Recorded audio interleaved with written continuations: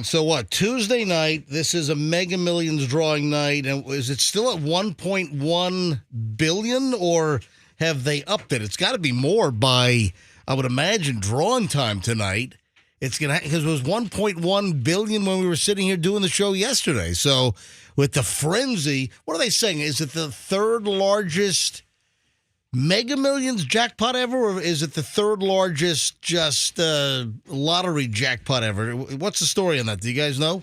I saw third, but I don't know if it was just Mega Millions or lottery ever. I mean, a couple of weeks ago, there was a $2 billion lottery.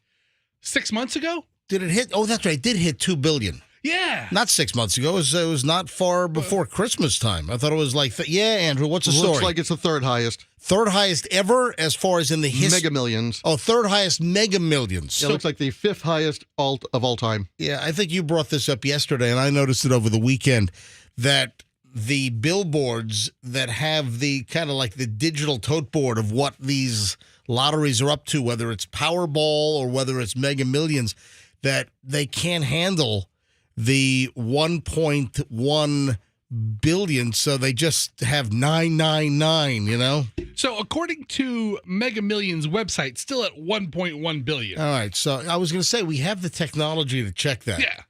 At least. Now, I know that we, in our building, this is bizarre.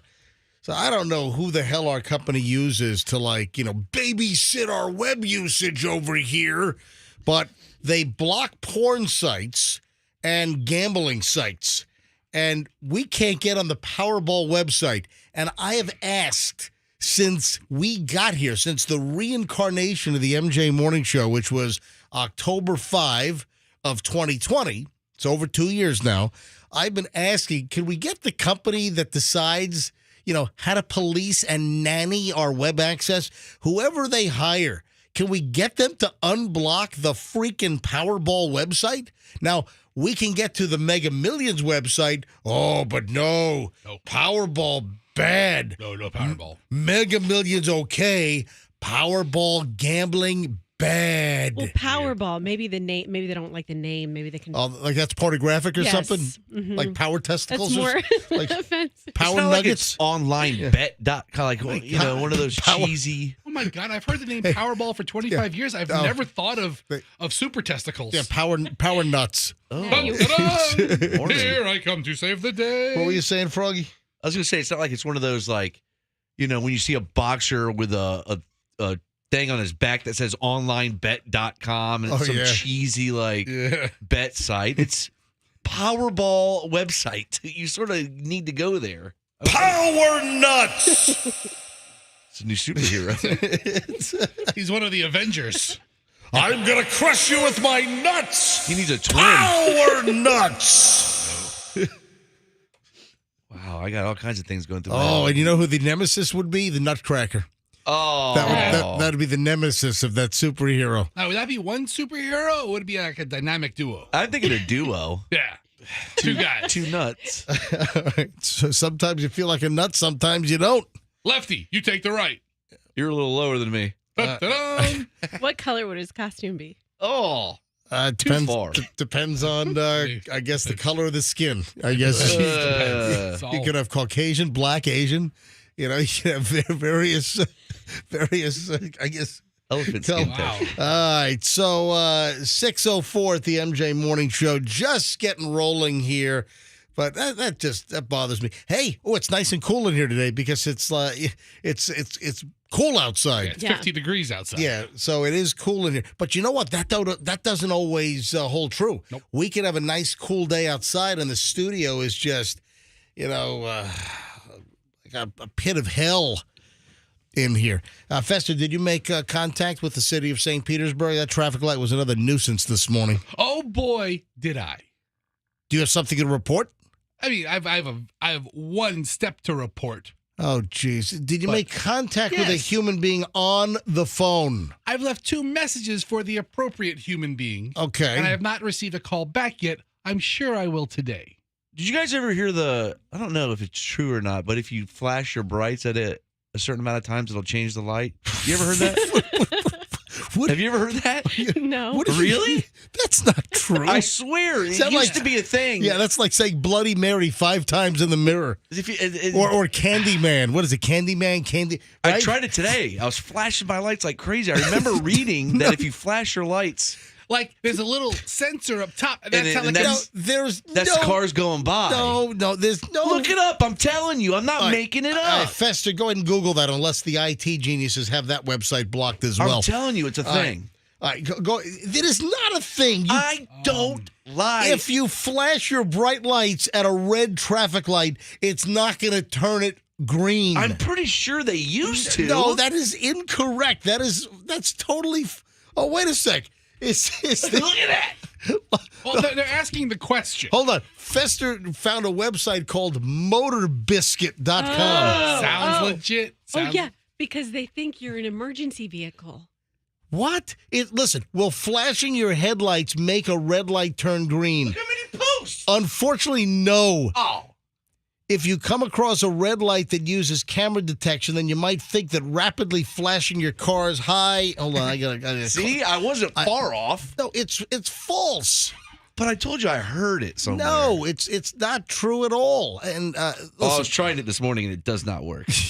wait, you're sitting at the. You're sitting. I must have did it 30 times in a row. That's great. So So people you're- across the way were probably like, "What's the matter with this guy's car?" He's having a seizure over here. So Froggy, you're sitting at the intersection up here at MLK and Roosevelt, and you're just flashing your Just flashing like a madman. You know, I'm actually finding this to be true. It is See, not I true. told you. It I is- told you. It is not true. What did I say? That is completely false. We're on a website. We're on Motor Biscuit, which is clearly the authority of all things motoring and biscuiting. Motor Biscuit. Sounds like a kick-ass rock band. Motor Biscuit with special guests, Anthrax. Yeah. Okay. One night only, Raymond James Stadium. Maybe it's not true, but I did hear. Followed by Monster Jam. What? What was that? I was going to say, maybe it's not true, but I remember hearing it, and I did Oh. test it. yeah, Wait. it's an urban legend. You heard it. It is. All right, listen. Now we got a caller swearing that it works. It I doesn't. told you. All right, hold on a minute. Who am I taking here, Andrew? What?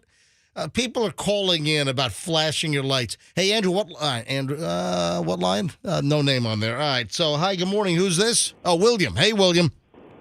Yeah. If you come up to a red light, flash your bright lights, it will switch it over to the green. I told you. No, that is incorrect. This guy just said it. That is. It's not true. I do it all the time.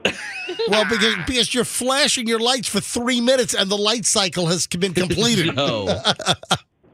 I flash my lights one time and it switches over. No, you don't. I told you. It's an amazing. No, Maybe that's the secret. No, William, this is completely false. It does. No, it's not. See? I do it all the time. All right. William, then it's some kind of weird coincidence in the timing that the light cycle is about to change anyway. I'm telling you, William, it doesn't work. I do it 4 o'clock in the morning. All right, Will. Flash your lights. Hit the red light, it will flip over to the green. Yes. All right, thank you, You're William. right, sir. Thank you, William. Look at the lines. Every line. See, I told It's you. 6:09 in the morning. I haven't even given out the phone number, and every light is Yeah, ringing. that's right. All right. Hang on a minute. Kelly is on line 2. Kelly is former law enforcement. Hey, Kelly. Hey, good morning, MJ. All right. So, Kelly, what kind of former law enforcement were you? Where'd you work? Pasco County. All right. Now, how many years were you a deputy? I was a deputy, yes, sir. How long? How many years? 15 years. All right. That's a long time. All right. Now, what do you say about flashing your bright lights at a red light? Does it change it green? No, it does not. Emergency vehicles, law enforcement vehicles, and fire trucks and ambulances have a device that's called an emitter. It sends off a frequency. When that, it does have a flashing light on it, but it also has a frequency on it. That's what changes the lights. Your headlights do not do it. Right. All right. So I'm I'm going. not sure I believe this guy. This guy does sound The last sketchy. guy sounded way Oh, more. yeah. Sorry, Froggy. Sorry, Froggy. Yeah. I don't know. I'm going with Kelly, former Pasco County deputy. So, hey, why'd you retire, or what was the story? I got injured. You okay? Oh, yes, sir. Yes, sir. All right, buddy. Thanks, Kelly. Thanks for listening. No problem. All right.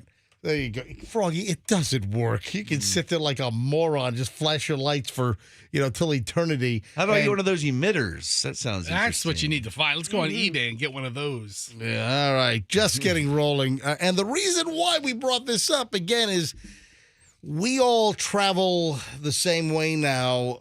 We all come from Hillsborough County. And what happened was the traffic light at Roosevelt and MLK here in St. Pete, something changed. Like a month ago, before Christmas, the light cycle changed, and now it just sits on green forever with the traffic on Roosevelt going, that'd be like east-west, versus north-south on MLK. So we sit at that light. It's like, oh, it's ponderous, man. Ponderous. Waiting for, and no cars will be going, and the light's still sitting green, green, green, green. So I told Fester to get a hold of the city of St. Pete, get a hold of the traffic light engineer or guru, and tell him to take a look at the damn thing and fix it, because it's pissing us off. Just getting rolling. I had no idea we were going to take phone calls there. 6:11, just getting started. We are already, look at this. Already we're running late this morning. Oh, my God. Let me get things back on track. All right, busy Tuesday program. MJ and the crew back in minutes. Things are all still good on the four big bridges. Howard Franklin, Courtney Campbell, Gandy, and the Skyway. 275, 75, and I-4 check and clear. And the secondaries. Roads like 19 and Dale Mabry, Highway 60. Gulf to Bay, all check and clear. Keeping you updated on this Tuesday morning, I'm Pat George. From the Rubenstein Law Traffic Center. Return to real luxury with a new home at Southern Hills. New homes from $400,000 to over $2 million. Visit SoHilly.com to return to real. $3.8 million awarded for medical malpractice. $2 million recovered for an auto accident. Over $575 million recovered for our clients. If you've been injured, call us to see how we can help you. 1-800-BURNETTI, we're ready. Offices Tampa, Lakeland, Clearwater, Sarasota. I cracked the code on how to be a morning person, and it comes down to 2 words. You ready? McDonald's breakfast? I know. It's really that simple. Mix and match a savory sausage McMuffin with egg with a tasty crispy chicken biscuit, or a fluffy sausage, egg, and cheese McGriddles. Get any 2 faves for just $6. Being a morning person never tasted so good. Ba-da-ba-ba-ba. Prices and participation may vary. Cannot be combined with any other offer or combo meal. Single item at regular price. A meal at McDonald's brings my family closer together. And now that same meal helps bring other families closer together. When we order a family bundle deal that has 40 crispy chicken McNuggets and 2 large fries, McDonald's donates 50 cents to local Florida Ronald McDonald House Charities chapters, providing a home away from home so families can stay close to their child during medical care. We can also round up our order and the extra will get donated. Food, family, and helping others? What could be better? Ba-da-ba-ba-ba. Cannot be combined with any other offer. At Esporta Fitness, take advantage of premium fitness amenities with a free 3-day pass. Sign up today at startesportafitness.com. Get more workout for less with features like state-of-the-art strength and cardio equipment, free weights, a functional training area, and so much more. It's time to start fresh for less with our $0 enrollment fee. From battle ropes to box jumps, tire flips to treadmills, cardio to kettlebells, we have everything you need for a low monthly cost. Esporta Fitness has your back.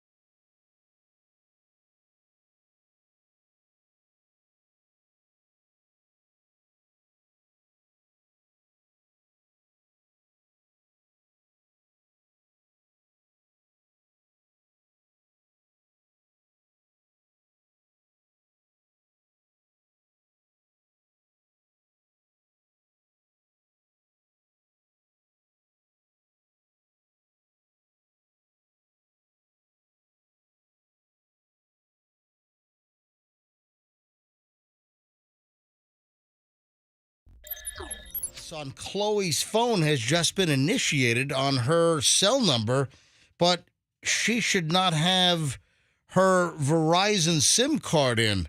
At MJ Morning Show here on Q105, got the crew here minus Froggy. Where'd Froggy go? He's here, but he's just not in the He studio. probably thinks that we were going to play a song. Oh, yeah, I'm not playing a song here. Yeah, he'll figure that out in about 2.5 minutes. I'm going to be way off track here. Is he in the parking lot medicating, or what's he doing out there? I assume. All right, so here's the deal. Chloe just landed a little while ago back in Scotland. Hang on, let me see if I can call her on. Let's see. I guess I can hit the hotline here. All right, what? 9 to get out.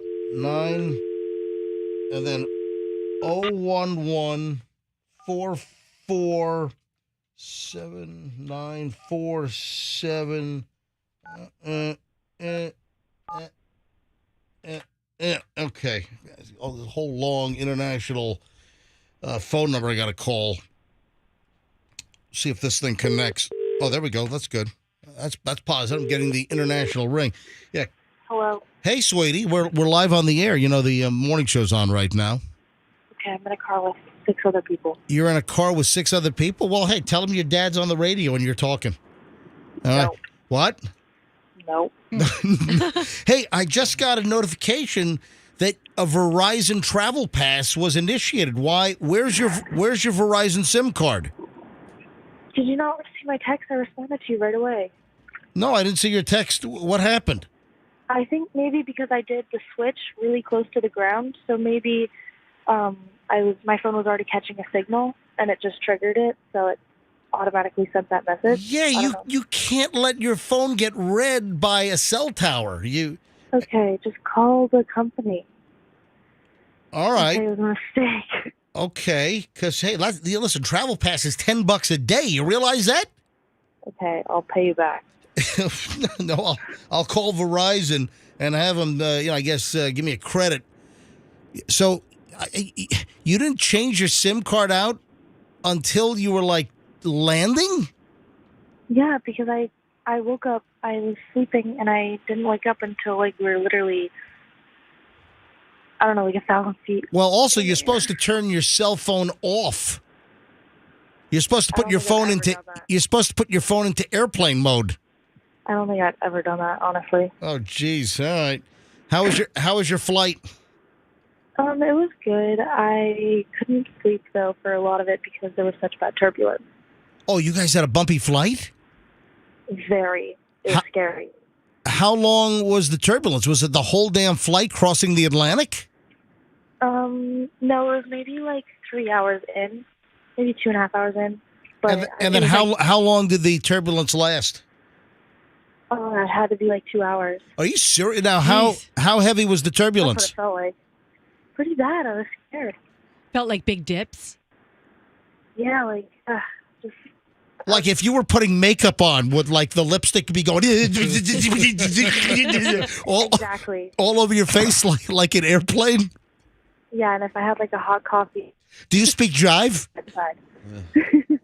If you didn't have your seatbelt on, would your head bump up against the ceiling of the plane? Probably Roxanne. All right, now surely you understand that airplanes are built to take turbulence, right? Yeah, I know.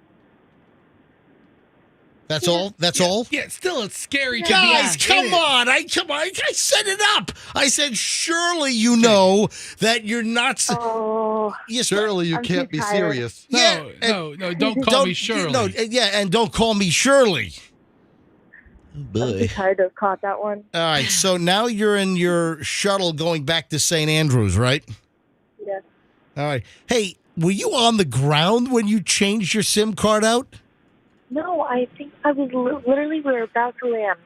We had to be at least a couple hundred feet up in the air. That's too late. Your phone was already being picked. Your Verizon, your local Verizon Florida SIM card was being picked up already by the cell tower in Scotland, and that's why I got charged a day pass or whatever they call the damn. What? Sue me. Oh, sue me. I don't care. Oh no! Now she's putting on the. Oh! Listen to her Scottish accent. No. Oh, Not now. Oh, because you're in a school shuttle with 6 other people, and you're suddenly embarrassed. Yes. Okay. All right, you gonna go have some haggis for breakfast? No. All right, what time is it there? Is it 11:25 in the morning? Yes. You're 5 hours up? Is it 10:25 or is it 5:20 or 11:25 there? 11:25. I'm 5 hours ahead of you guys. 5 hours. Okay. She sounds annoyed with you. All right, and then you got what, like a 45-minute ride? Yes. All right, sweetie. I'm glad you're on the ground safely in Scotland. I'll talk to you later on. All right, sounds good. All right, Bye, guys. All right, bye, Chloe. See you, Chloe. She's going to be tired, too. Yeah, Chloe just flew from JFK back to Edinburgh. Golly. What was that? Golly. What are you saying? Golly. That was a translation of one of the Jive guys, but I can't say what he said. Oh. Okay, thank you. Airplane movie. Thank you. Yeah, Hey, Roxanne, that's a deep cut. Can I point something out, Roxanne? You always do. A few minutes ago during the commercial break, you sounded like a Tasmanian devil over there. She has the loudest bag ever. Oh my God! What? That's why I waited until the break to dig through it. Is it the blue bag? Yes. Hang on a second. I want you to get your bag, and I want you to put the microphone in the bag, and I want you to simulate 4 hour. Not even simulate. Just do it again. I want you to put the microphone down in the bag. The bag? Yes. Put the microphone in the bag. Right, and I want you to demonstrate now what we just heard in the studio a few minutes ago. Go. Nice. All right. I like that. So, what it is, MJ, I thought it was like a fabric bag or something. It's like a homeless old lady bag. Yeah, No, it's a bag for kids' crap. You're a bag lady. Why do you? What do you need this giant bag for? It's not even a nice bag. It's a bag. This is my nice bag. Hold on. It's a Lakeshore Learning bag. Well, what it is it's one of those multiple use bags. That's what it looks like. So, and people are supposed to use those at the supermarkets instead of getting the paper bag or the plastic bag. All the stores sell them. Yeah, you have the people that bring those multiple use bags, but apparently if you swab those bags, if you use them at the supermarket, they are nasty. It's like your toilet bowl is cleaner than those bags. Those multiple use bags, you put all kinds of groceries and meats, and you get like salmonella chicken juice leaking in there and everything.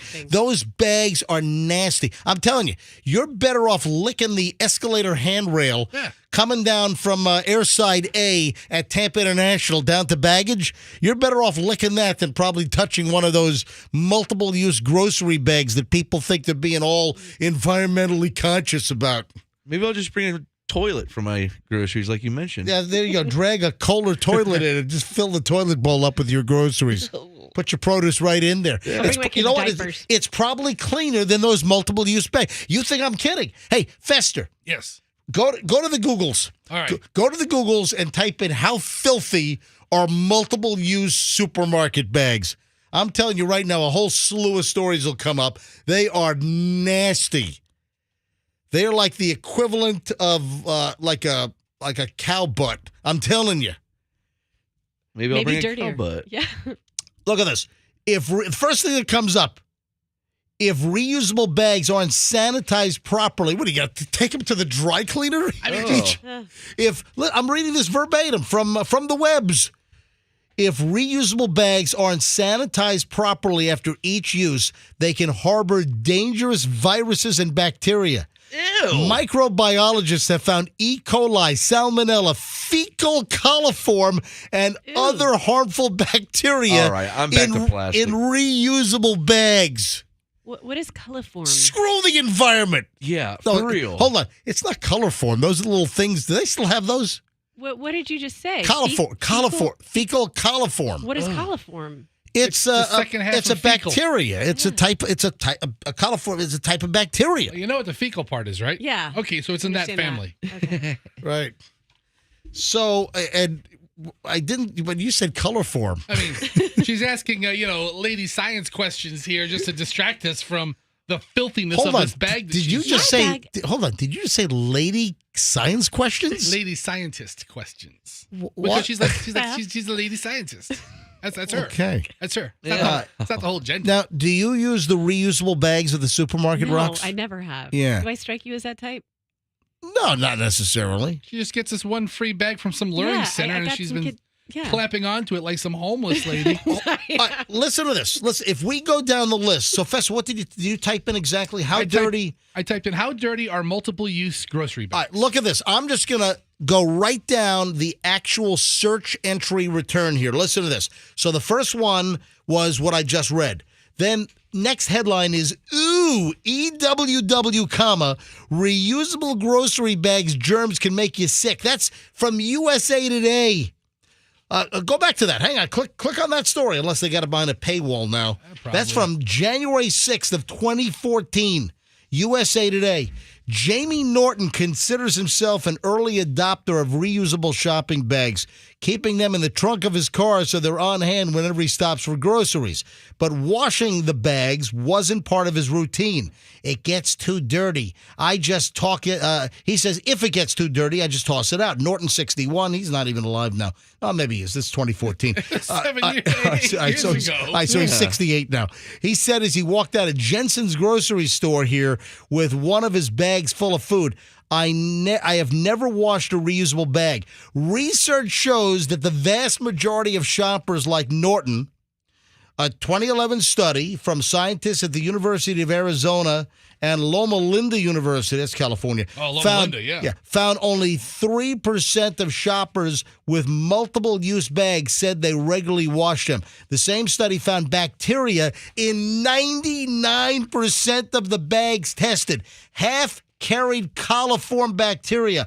8% carried E. coli, an indicator of fecal contamination. Yeah, baby. Oh, I keep going.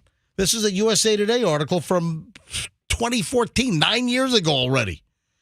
I classify them as pretty dirty. Like the bottom of your shoe, said Ryan Sinclair of the Loma Linda University School of Public Health, a co-author of the study. The baby carrier of a grocery cart is the most contaminated public surface you'll ever come in contact with. So, you know the shopping carts at the grocery store that had like that baby carrier built in? Yeah. They all do. All of them. Oh my God. You might as well just, eat your lunch on a gorilla butt. Those things are nasty. It's not far off. No.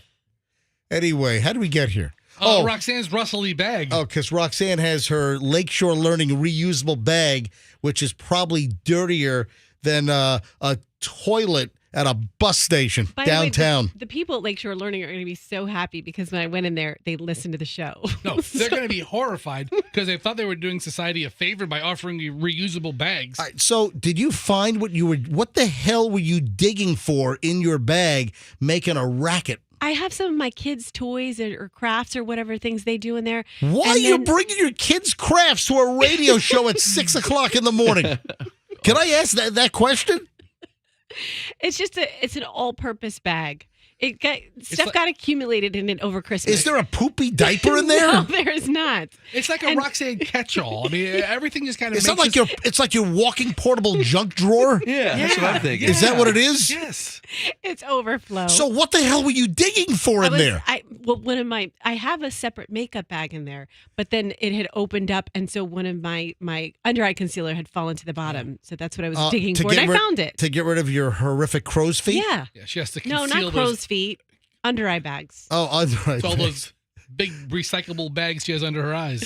By the way, exactly. By the way, for the record, I don't see crow's feet, and I don't see under-eye bags. Look close. You'll find something. Although, if you did have under-eye bags, they'd probably be contaminated with fecal coliform.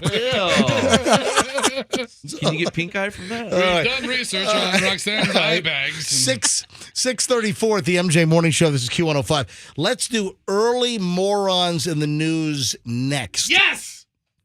Are you excited? Well, I mean, the hell was that? I don't know. Be excited for early morons in the news, yeah. Early morons in the news next on the MJ Morning Show on Q105. Stand by.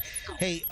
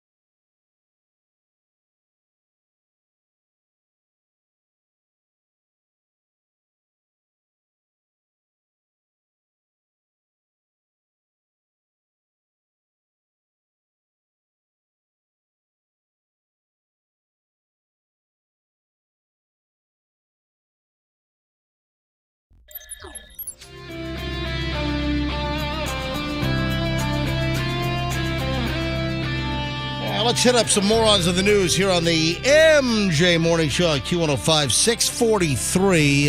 Hello, everybody. Oh, you know what? Before we get to the morons of the news, Fester just handed me something. And Roxanne, did you get this over the holidays?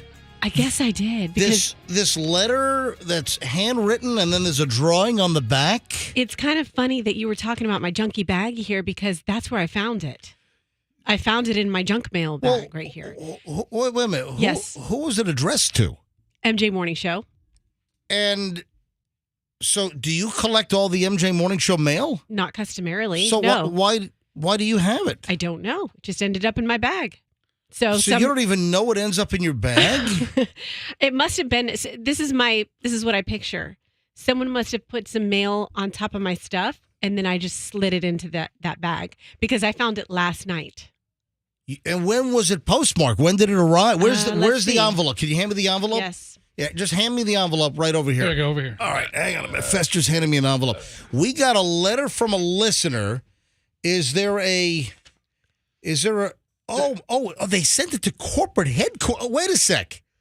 This was sent to corporate headquarters in Naples. Okay, so Wow. that explains why it might have taken a little while to get to us here in St. Wow. Petersburg. All right. So we have a letter that was handwritten in pencil, by the way, addressed to the MJ Morning Show, but it was sent to our corporate Beasley Media Group headquarters on Riviera Drive in Naples. I mean, I guess if you look online and you type in Beasley, that might come up as our corporate headquarters. All right, so you got to see this.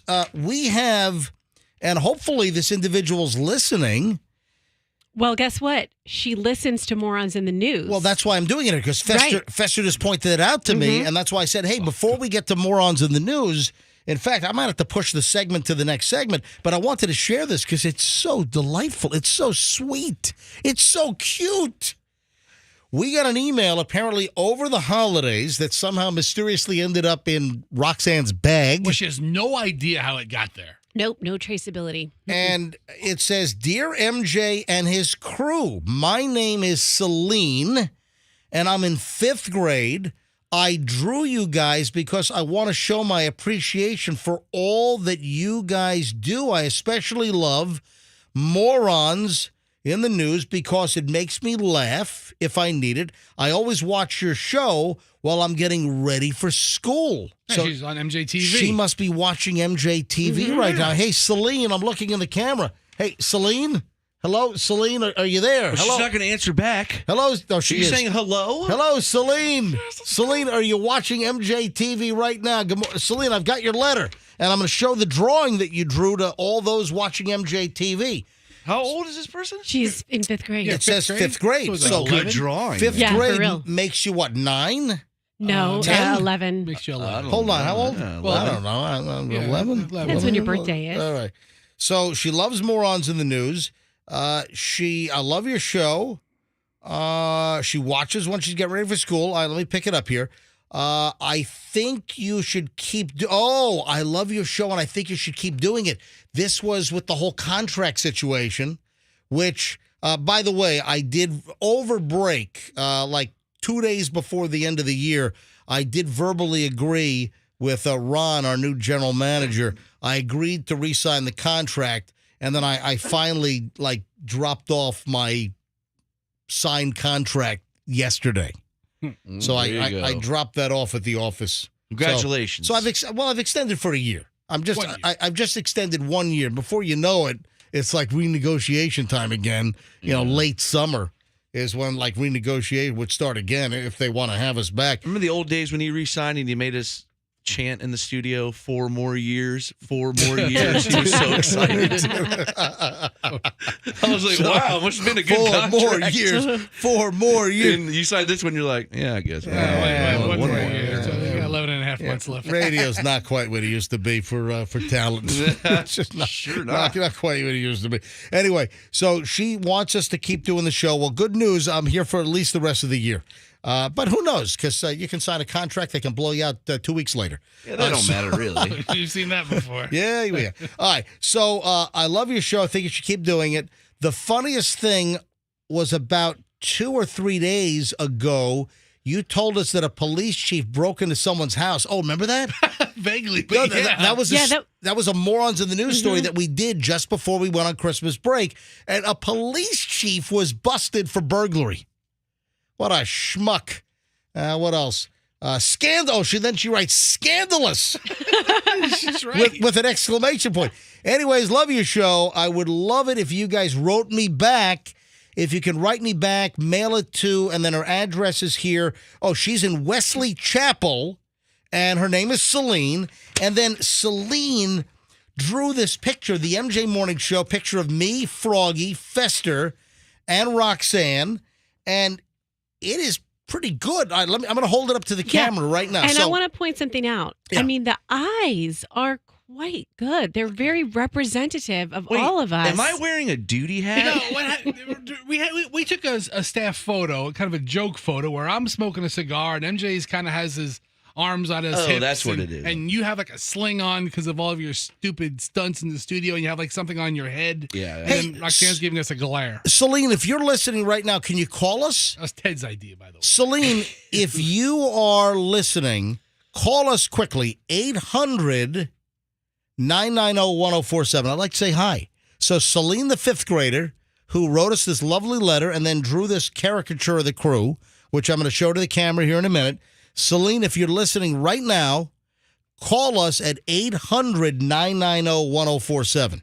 800-990-1047. And let me hold this up to the camera. Look at this. All right, so Look at this. There's Roxanne. Is it coming out well? All right, Yeah. So Roxanne, there's Froggy looking like a No, but his eyes, like a the weirdo, expression of his eyes, she right? kind of got that. And And, then- she got my alien size eyes. and then she drew me very large. Like I'm larger than life. in the photograph, I think Yeah. you're standing 2 or 3 feet in front of us, Gotcha. so you Oh, are is you that it? appear larger in the photo. Okay. So there's me, and then there's Fester. A very thin Fester. And yeah, what's up with that? Faster on Ozempic. And Were it's you- supposed to be like you're smoking a cigar, I think, but it looks like you're smoking a joint. First of all, did you run out of pencil, Celine? Because I'm like 20 times that Oh, fat. that's right. Why is Fester so skinny? So skinny. Why didn't you draw Fester like a big fat guy? Did you look skinny in that photo? No, I don't look skinny in any photo. But she got your eyes good too. Like, it's kind of a. All right, so Celine, this is awesome. So thank you, Celine. I'm holding the picture up. Roxanne's a big fan of eye drawings of 11-year-olds, apparently. I am. Oh, the eyes, though. The eyes. But Have you this, seen the eyes? It's true. She's a good artist. this is awesome. That's how you can tell. Is that Celine listening? Oh, this is great. All right, Celine is listening to the program. Hey, Celine. Hello. Celine, you wrote us the letter and drew the picture, right? Yes.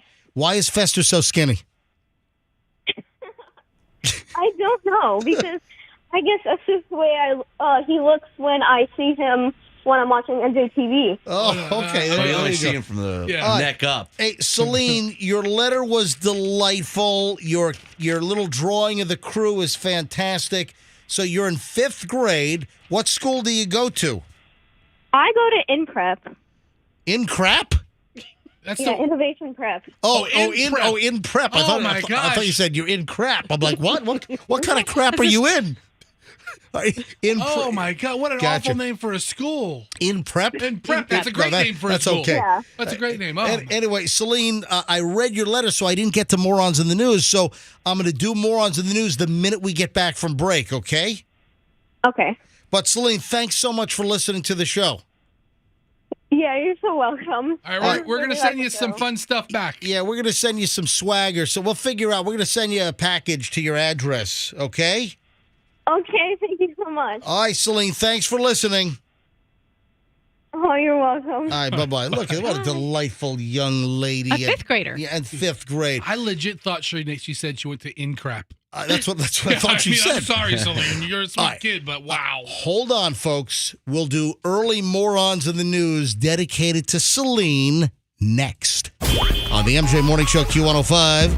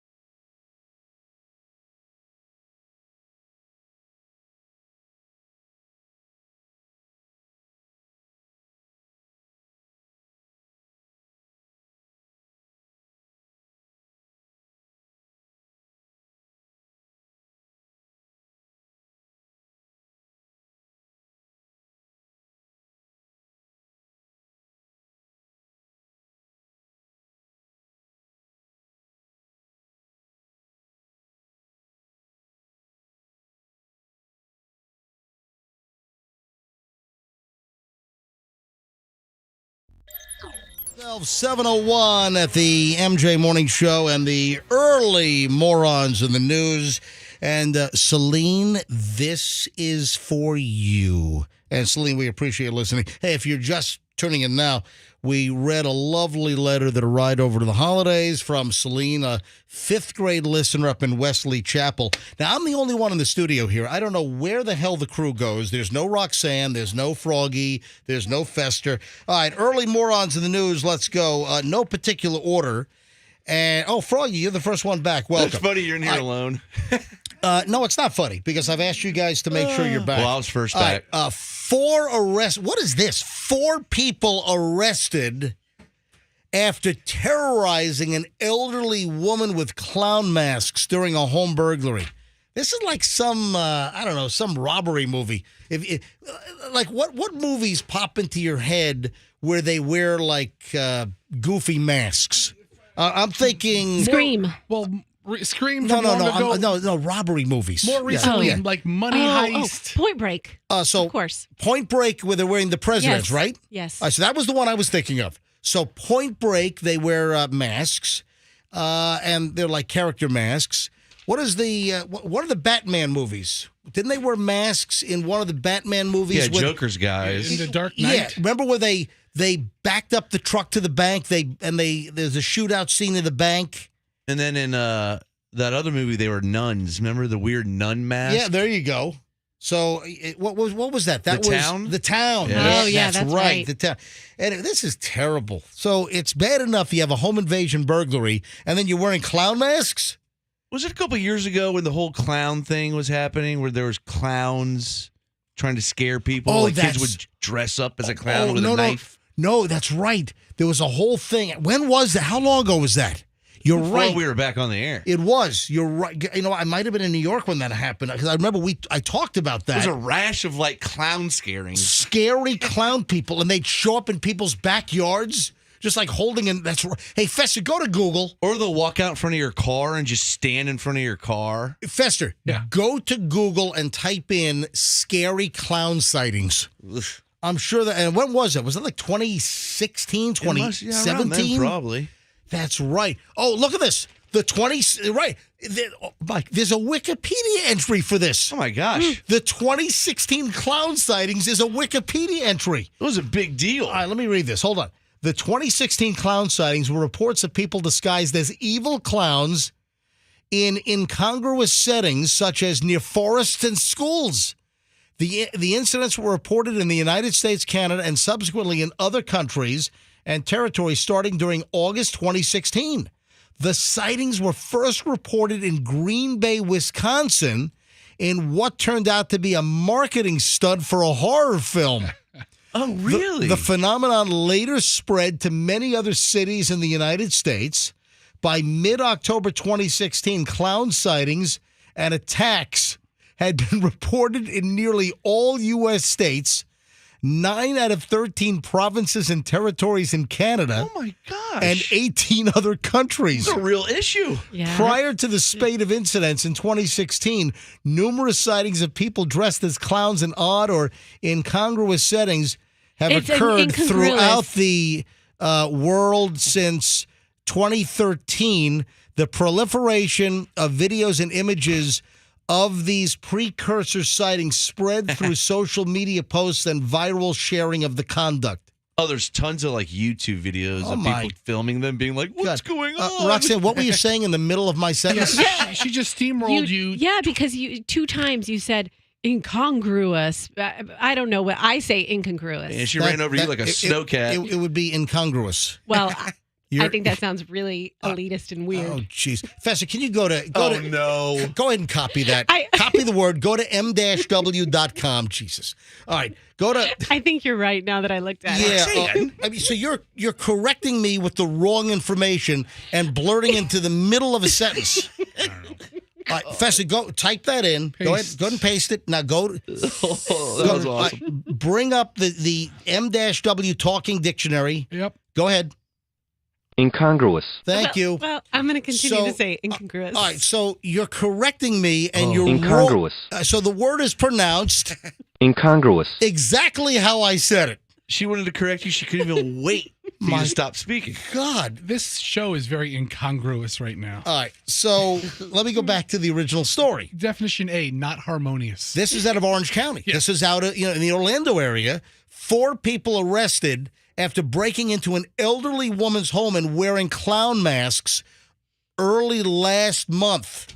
The group broke into a woman's East Orange County home wearing masks armed with a sledgehammer. So you got evil, spooky clown masks. And they had a sledgehammer. Yeah, a lot of them will hold weapons. Fortunately, they did not harm her physically. They robbed her thousands of dollars worth of valuables. Authorities said 23-year-old Melissa Martinez, who was involved in the crime, knew the victim because she had recently worked as a caregiver for her for the victim's late husband. That's awful. So you work as a caregiver for the elderly woman's late husband who's passed, and you knew that she was going to be an easy target, so you terrorize her with clown masks and the 3 other people, and you bust in, you're threatening her with a sledgehammer. I'm going to hold the picture from the story I'm reading. I'm going to hold this up to MJTV. These guys are... Look at this. Here are the 4 mug shots of the individuals, and then look at the clown masks. Hey, do you have a good shot of this on screen right now? Those are some pretty detailed masks. My God, these are like evil, spooky, nasty clown masks. Can you get those at what is the store that takes over the other store? The Halloween store? I'm sure you can get them at Spirit. Like the pop-up Halloween place. Such a fascinating business plan. Yeah, it's amazing. Awful. All right, another local story here, another Florida story. This is even more local. Out of Clearwater. What is wrong with people? Dunedin couple arrested on Sunday. Why? They've been accused of racing in Clearwater, and they had a baby in the back seat. What are they doing? All right, hold on. How fast were they going? Oh, my God. Hang on. I'll give you all the details in a second here. Got it all. So Clearwater police are saying that the couple from Dunedin were busted for speeding and racing on the highway. According to the arrest affidavit from the Clearwater Police Department, Eric Daniel Solis Fernandez, 22, drove his Mazda on Gulf to Bay at 91 miles an hour in a 40. In the vehicle was the girlfriend, 21-year-old Jennifer Charez Encestiga, and a 6-month-old infant in the back seat of the car while they're doing 91 in a 40 and, I guess, racing another vehicle. The arrest document said he appeared to be under the influence of alcohol, did poorly on field sobriety tests, had alcohol on his breath. Solis Fernandez also gave a false last name at first. They eventually got his correct name after multiple questions. The suspect was also found to be driving with a suspended license after a DUI conviction in February of last year, 2022. This guy's just a menace. This guy's a menace on the road. Then they did a search of the vehicle. What'd they find? They found a baggie with white powder inside the driver's door. Yeah, that was formula. Nope. Yeah. Nope. Yeah. Tested positive for cocaine. Oh. Yeah. Not formula. Not formula. No wonder the kid hasn't slept in 6 days. Yeah, both the suspect and the girlfriend, they've been charged with racing on the highway, neglect of a child. Then Fernandez was charged with violation of probation, possession of the controlled substance, providing a false name, driving with a suspended license, driving under the influence with a minor in the vehicle. Putting cocaine in formula? Oh, my. No, he didn't put the Wasn't cocaine in in the the formula, formula. but he had cocaine in a baggie. Arrest documents said that the girlfriend was charged because she allegedly did nothing to stop the boyfriend from endangering the 6-month-old infant. It didn't even say, the story didn't say whether the baby was in a car seat at least. I would hope that the 6-month-old infant was in a car seat. Kind of imbecile. We have just some really horrifically bad people on the roads in Tampa Bay. I think that guy's just a bad person in general. You are correct. Even on the road or not. Yeah, absolutely. Do you think that kid is going to find out what his parents did and grow up and tell people, oh, I was 6 months old and they were driving around with coke and racing? Can you believe it? Yeah, in therapy, maybe. Mm-hmm. That's unbelievable. One other thing, I didn't get to this last week. How do you finance a movie? If you're a film producer, how do you finance a movie? I can think of a couple of creative ways. You go to maybe a group of friends. You try to do a raise. Hey, I want to make a movie. GoFundMe. A Kickstarter. Kickstarter. Or something like that. Kickstarter, yeah. GoFundMe. Listen, all good answers. Film producer robs a bank. That's like the worst idea. In order to try to finance his film. Actually, take that plot and make it the film. You got to be kidding me. I mean, the bank is going to release the footage. You could use that. Yeah. So I guess the story is just coming out. The robbery happened back in June of 2022, and I remember the bank surveillance video. I remember the still shot of the guy at the teller counter at the bank, but they finally got him. 54-year-old film producer has pleaded guilty. Robbed the bank back in June last summer, trying to raise money for his movie production. This, according to the FDLE. Documents say 54-year-old Narco Ray Brown. His name's Narco? What? Narcoe. I mean, how else would you pronounce that? I can't think of another way. The guy's name is Narco. I don't hear an R in it. You're saying I'm sorry. It's Naco. Naco. All right. Naco. You're right. Correction. Yeah, it's not Narco. All right. Hey, Roxanne, where were you correcting me on that? Yeah. All right. So Naco. I thought it was Narco. Nacoe. Ray Brown. Guy's from Baltimore, and he was out of prison on early release. He robbed 3 banks back in the early 2000s. Oh, man. This guy has a movie in his life. Wearing a baseball cap, sunglasses. I'm writing a movie. I'm producing a movie about a guy who robs banks to finance his movies. Dude, that's a plot. I'm telling you. Wearing a baseball cap, sunglasses, surgical-style face mask, plastic gloves, Brown passed a note to a teller threatening that he had a gun and demanded money. Surveillance cameras show him as he spoke to the teller. He left the bank with $4,296 in stolen cash. Okay, so he could buy a camera. Getting there. Now, what's not in here, and this is a Channel 8 story, what's not in here is which bank he robbed and where. You know, a lot of the Channel 8 stories don't have that. It's weird. I noticed that. A lot of the stories from Channel 8, there's just information missing that it's like, you know, who, what, when, where, why. This the basics should be in the story.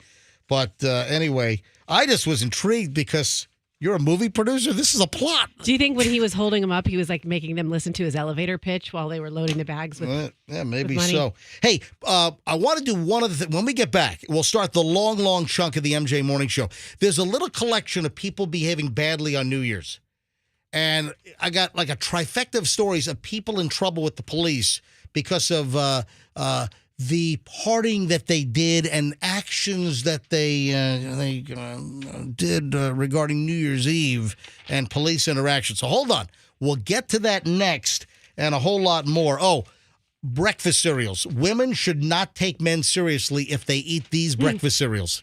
Whatever. Have you seen this list? No, but I I gotta bet see you. it. I bet you I have like 6 favorites on there. Do not date a guy that eats these breakfast cereals. There's a list. I'm serious. All right. That and a whole lot. I can't even get into the inventory of what's going to be in the 1 hour and 20 minutes of nonstop MJ Morning Show next here on Q105. Stand by. Now.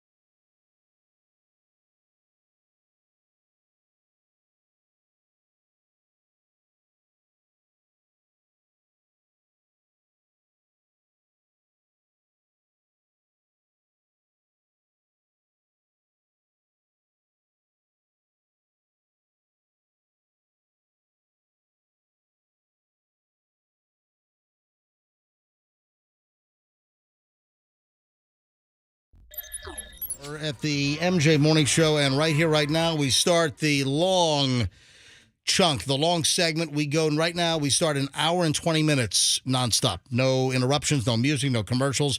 1 hour, 20 minutes nonstop MJ Morning Show content, and it's every morning. It's not just, sporadic. Every morning, right around now, we start an hour and 20 minutes. So, if you're on the way to work, if you're listening, and you don't get to listen to the whole thing, hey, when you get to work, do us a favor or do yourself a favor. When you get to work, make sure you continue listening to the MJ Morning Show. So if you're listening in the car now and you like what you hear, imagine what you're missing by not listening. So when you get to work, if you have a regular radio, tune it to 104.7 FM, Q105. If you have a cell phone, a smartphone, just, use the iHeart app. Use the TuneIn app or the Odyssey, AUDACY app. I don't know if that's a good. If you've got a radio company, you got to spell the name. Is that really a good name for a company? Anyway, I don't know. We're on all the major apps, or you can use the MyQ105 app, and you can listen to the MJ Morning Show on your smartphone, or smart speakers as well.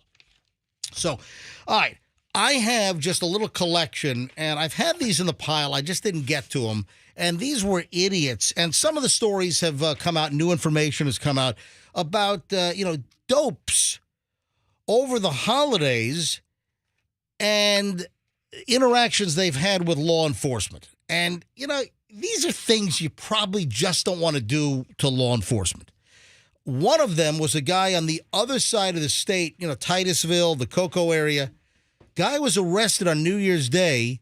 He threw fireworks at a Cocoa Police Department car. Why are you smiling over there, Roxanne? That wasn't a smile. That was a huh? No, that was a smile. I was looking at you smile. Roxanne likes throwing fireworks at moving objects. Sometimes I do. You caught her. Yeah. A Titusville man was arrested on New Year's Day. Police say that he threw fireworks at a police vehicle. Titusville police arrested Epi Lee Valdez, 38-year-old guy. I mean, really. Is that Epi, like EpiPen? It is. It's EPI. Cool name. He's like, they named the pen after me. So. No, he was the inventor of the pen. Guy's worth $6 billion. Wow. No, I'm kidding. He's throwing black cats at squad cars. At 38 years old, don't you know not to throw fireworks at a police car? What kind of jackwagon are you? They say that Valdez was a passenger in a black GMC Yukon when he threw a firework mortar out the window at a vehicle behind one that he was hiding in. He threw the firework at a Cocoa, Florida police cruiser. Yeah, Titusville police officer stopped the Yukon and found 3 people in the car. Valdez admitted to throwing a single firework mortar out of the vehicle and said that he was the only one who did. Yeah, but guess what? This called attention to the fact that the driver of the Yukon was hammered. Yeah, you'd have to be pretty drunk to even think this is a good idea. The driver wasn't involved, so he said, but the driver, I guess was hammered, and then the driver of the vehicle also said that Valdez was very, very drunk as well. Well, thank you. Thanks for the tip there. You figured that out. Yeah, awesome. Now, this is a local story here in the Tampa Bay area, and a partier has been busted. This was a New Year's Eve battery on a law enforcement officer. It's a local woman. She threw one of those New Year's Eve cardboard top hats. You know what I'm talking about? Yeah, sure. Yeah. Threw it at a cop. Now, listen, certainly not the most deadly of weapons. It's not going to do anything. But you still, all right, here's the deal. Oh, if you throw it like a Frisbee and you get the right angle, it's like one of those. So making a handful of cotton balls and throw it at a cop and we're going to get busted? All right, right here in the Tampa Bay area, right here in St. Petersburg, the woman happens to be from out of town, but it happened right here in St. Pete. This is just after midnight, just after we rang in the new year. A woman vacationing here in Florida in St. Pete was arrested for striking an ununiformed cop squarely in the face with one of those New Year's Eve plastic top hats. Oh, well, how was she to know it was a cop not wearing This a must uniform? be different from what I'm thinking. If you're able to the one I'm thinking of is like horrible cardboard, and you wouldn't even hurt a fly with it. Well, there are different versions, and the picture I'm looking at, the picture that was used, looks like a cardboard version. Oh, but you've got those top hats, like the Monopoly guy has. You know what I'm talking about? Just stab him with the 2023 eyeglasses, and then chuck the monocle at him. A little, Monopoly guy monocle. Jeez. Oh my God! By the way, I know it's nice but it was just ponderous, man. Ponderous, just tedious. So, but we were all together, so it was nice. Did you play Monopoly with the family? The kids wanted to play Monopoly over break. You hated it? Oh, my God. I've never played. You know what? What? I've never played that game. You think I have the mentality to handle that? Well, you don't, but that's a whole different story. I have ADD. Does it take 6 hours to play? But you've never played Monopoly? Here and there. I've never played a full game. Yeah, I don't think I've played Monopoly in 30 years. Oh, but before I knew it, it was 3.5 hours later. It's my God, I could have flown to Denver. Was it fun? I think I'm past Monopoly being fun. You know what? The fact that your kids who are teenagers and young adults want to spend time with you playing a board game should be fun. Well, it was a board game, all right, because I was really damn bored. I was bored as hell, exactly. No, but you know what? Michelle said the same thing. And you know what? I realized that Michelle was right, that the fact that it doesn't hold up, huh? The fact, no, it does hold up. It does kind of hold up. It's just so it's long, elongated. It's tedious. But you know what? Michelle said the same thing to me, and because I was complaining a little bit, and Michelle said to me, "You know what? This is after the fact. You ought to be happy that you've got a 21-year-old daughter and an 18-year-old son." Yeah, for real. Who want to spend time and they want to play a board game with you. That's exactly what I just said. Yes. That's what I'm saying. I was agreeing that's why I said that's exactly what Michelle said. Yeah. So I kind of felt guilty that, maybe I wasn't as receptive and I might have been. You should try Tampa-opoly. Yeah, do they have a local version of that? Yeah. Oh my God, there's all kinds of Simpsons-opoly. But after the fact, though, I'm like, you know what? Michelle's right. I should have just embraced and listen. I played for over 3.5 hours. I mean, you gave it an investment. Oh, I did. did. You quit when they're still playing? You quit? Were you like, I can't take this anymore? I'm done, guys. All right, hang on a minute. Hold on. And then I'll get back to the lady. You were the grump that quit. Let me call Michelle. Were you losing? Well, Michelle was wiping us clean. Michelle was she was steamrollering us. But you know what? After she said what she said, I did feel guilty. Hello? Hey, sweetie, I'm sorry to wake you up. Did I wake you up?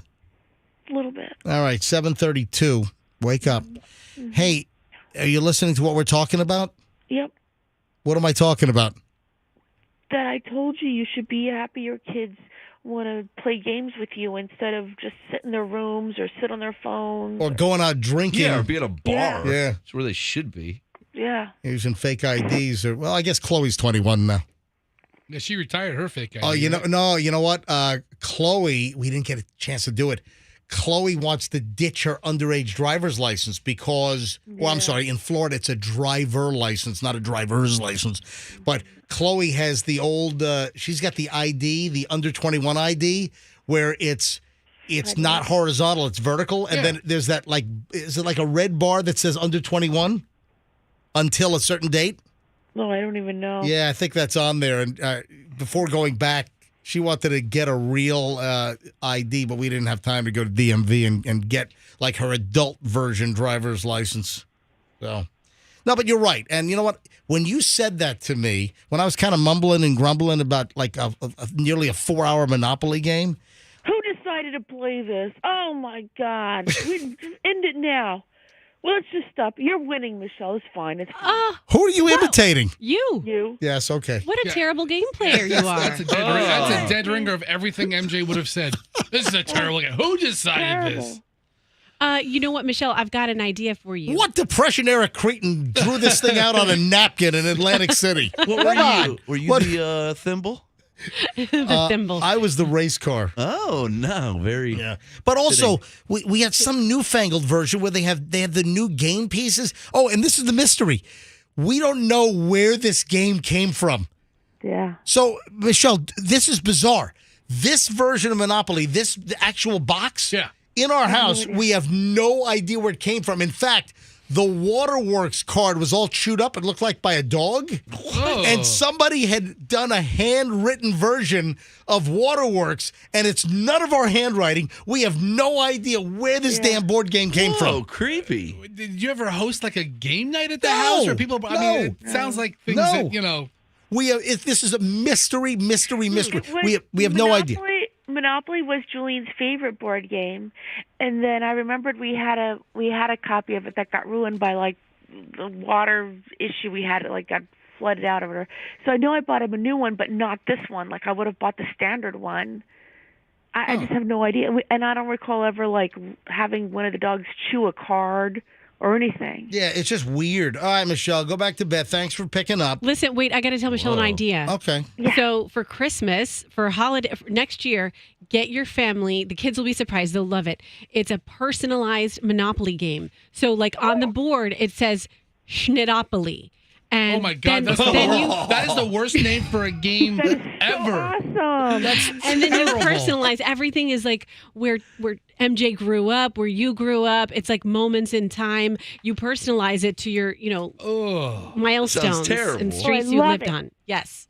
I'm on it. No, why don't you buy this other custom game called Schnitzer Ladders? Well, I like that one too. You caught That's All funny. of it. I mean, there's not a lot of board game humor I could go to really. Schnittandyland? Candyland doesn't work. No. No, none of these work, actually, guys. None of them. Oh, my Chutes and Ladders jokes, that worked. Schnitz and Ladders? All right. All right. Yeah, the only kind of Monopoly I ever want to play is at McDonald's. Do they still do that? Do they still? I think they still do. McMillions. I'll tell you what, man. If you haven't seen the Netflix documentary, The So detective good. that wears a gold suit. Oh, good. Is that like another TV show? Is it still on Netflix? I don't know. Folks, I think it if was you haven't seen it yet, there is a documentary about the Monopoly game piece fraud that occurred. And Monopoly McDonald's corporate, they were not involved. They had it was the company that was like used for security. One guy. Yeah, the company that was used for security, the guy rigged the system, and they were taking the winning pieces that were supposed to be put into circulation randomly, and he was making sure the winning game pieces went to friends and people he knew around the country. And then remember the video of them presenting the fake checks to the winners? Oh my God. It's a crazy movie. It's a multi. Was it multi? Oh, it's a series. Yeah, It's a series. Yeah, there's like 7 episodes. It was like a multi-episode documentary on the whole McDonald's Monopoly game fraud. So it's on HBO. Is it HBO? HBO. Okay. I'm sorry. It's not Netflix. Yeah. It's HBO. So if you have HBO Max, that's right. It was HBO. Thank you, Fester. You're welcome. And Michelle and I watched it. It was great. It was really good. Yeah. It was from we watched it during like the pandemic, didn't we? I think so. Yeah. All right, Michelle, I got to run. All right, talk to you later. All right, bye-bye. People have to act like they're surprised that they won. They're like, oh my gosh, I won $1 million. Yeah, HBO Max. Hey, anyway, back to the story. We went off on a tangent with the Monopoly the Monopoly game piece guy with the top hat guy. Anyway, so here's the deal. This woman busted right here in St. Pete. Police were at a St. Pete restaurant, and this was New Year's Eve right into New Year's Day. And they apparently they were investigating a reported battery. So they were already there, like investigating. Christy Etheridge, 49, committed a felony attack on a law enforcement officer. Cops said they were dispatched to this restaurant in St. Pete, and they were having a New Year's Eve party. All right. And they were there to investigate a battery allegedly committed by Etheridge's husband, William. So the woman's husband is already in trouble. And as police were questioning her husband, the woman, Christy, continuously interjected herself into the conversation, prompting Officer Anthony Bragano of the St. Pete Police Department to advise her to stop talking. Etheridge, cops say, became upset, yelled, "Are you effing kidding me?" And then she threw a New Year's Eve top hat directly at the officer, striking him squarely in the face. So that wasn't like Happy New Year, surprise, and you throw a hat and it hits a cop. Yeah. No, this was deliberate and thrown at the police officer because she was angry. That is stupid. Now, was it Frisbee thrown? Because if you throw, I can't picture this. A hat is something hard to throw any other way but Frisbee. Yeah, you're right. Hey, was there a movie where like some villain like would throw a hat and it was James, like a razor? Goldfinger. Oh, that's right. James Bond. James Odd Job. Thank you. Odd Job. Right, and the hat would would kill you. Yeah, cut your head off. Yeah, chop your head off. Yes. Thank you. That was Odd Job in James Bond. That was Goldfinger? Yes. Well, thank you. And then in Austin Powers, that version threw a shoe at you. Really? Yeah. I don't remember that. All right. What? So just after midnight, New Year's Day, 12:13 a.m., incident resulted in Etheridge's bust, felony battery on a law enforcement officer, and they also hit her with a misdemeanor charge for allegedly resisting police attempts to handcuff her. So she had a memorable 2023 ring-in, didn't she? Jeez. She's no Odd Job. Yeah. Is she, Andrew? Yeah, arrest affidavits for both defendants showed indication of alcohol influence. Oh, really? On New Year's Eve? Really? Slightly under the influence of alcohol? Etheridge was released from the Pinellas County Jail. The next day, posted $2,650 bond, and her spouse was charged with battery and resisting arrest. He was freed on $650. They live in Columbus, Ohio. Oh, they operate a window shade company. Oh, wow. You know, when you look, I'm looking, they don't have her mugshot. They just have like a business photo of her, and she looks lovely. She looks like a Mary Kay saleswoman or something. Hey, how was your vacation to St. Petersburg, Florida for New Year's? It was great, except for the damn cops. I threw a cat in their face. Except for the felony battery on a law enforcement officer rap. Happy New Year! Happy New Year! 2023 is getting off to a great start. What a mess. Where's my list of the cereals? Oh, here we go. Listen to this. And then I got to call my brother, who's a plastic surgeon, because I received an email, a listener asking to call my brother to ask if this plastic surgery can be done. You're not going to believe this. All right. We'll get to this in just a minute. I mean, these plastic surgeons can be pretty creative from, hang on, some documentaries I'll get to that in minutes. Hold on. First, though, Roxanne, you're the mature female in the room. I think you mean that my humor is more mature, my thinking is more mature. Is that what you mean by that? No, I just want to roll by the list of breakfast cereals that apparently women should not date guys that eat these cereals. Yes. Well, let's use your mature humor on his list. There's some therapist. I read a story. There's a therapist by the name of Jeff Gunther. Oh, I wonder if it's any relation to Andrew Gunther from Advanced ESI, the home theater company out of Sarasota, who we've known for years. They're cousins, yes. Yeah. They've done all my work for years, Advanced ESI. And Jeff Gunther's done all my therapy. So Jeff Gunther is a counselor, and I guess his specialty is like marriage and family therapy. And now his advice is going viral. And if you as an adult continue to eat your favorite childhood cereal, apparently it speaks volumes about your personality and psyche. And apparently, if you're a male, if you're an adult male and you eat these cereals still, you're not worth dating. What? All right. Can I ask if one of my favorites is on the list? Yeah, I mean, I got a whole list of cereals that I have on the reg.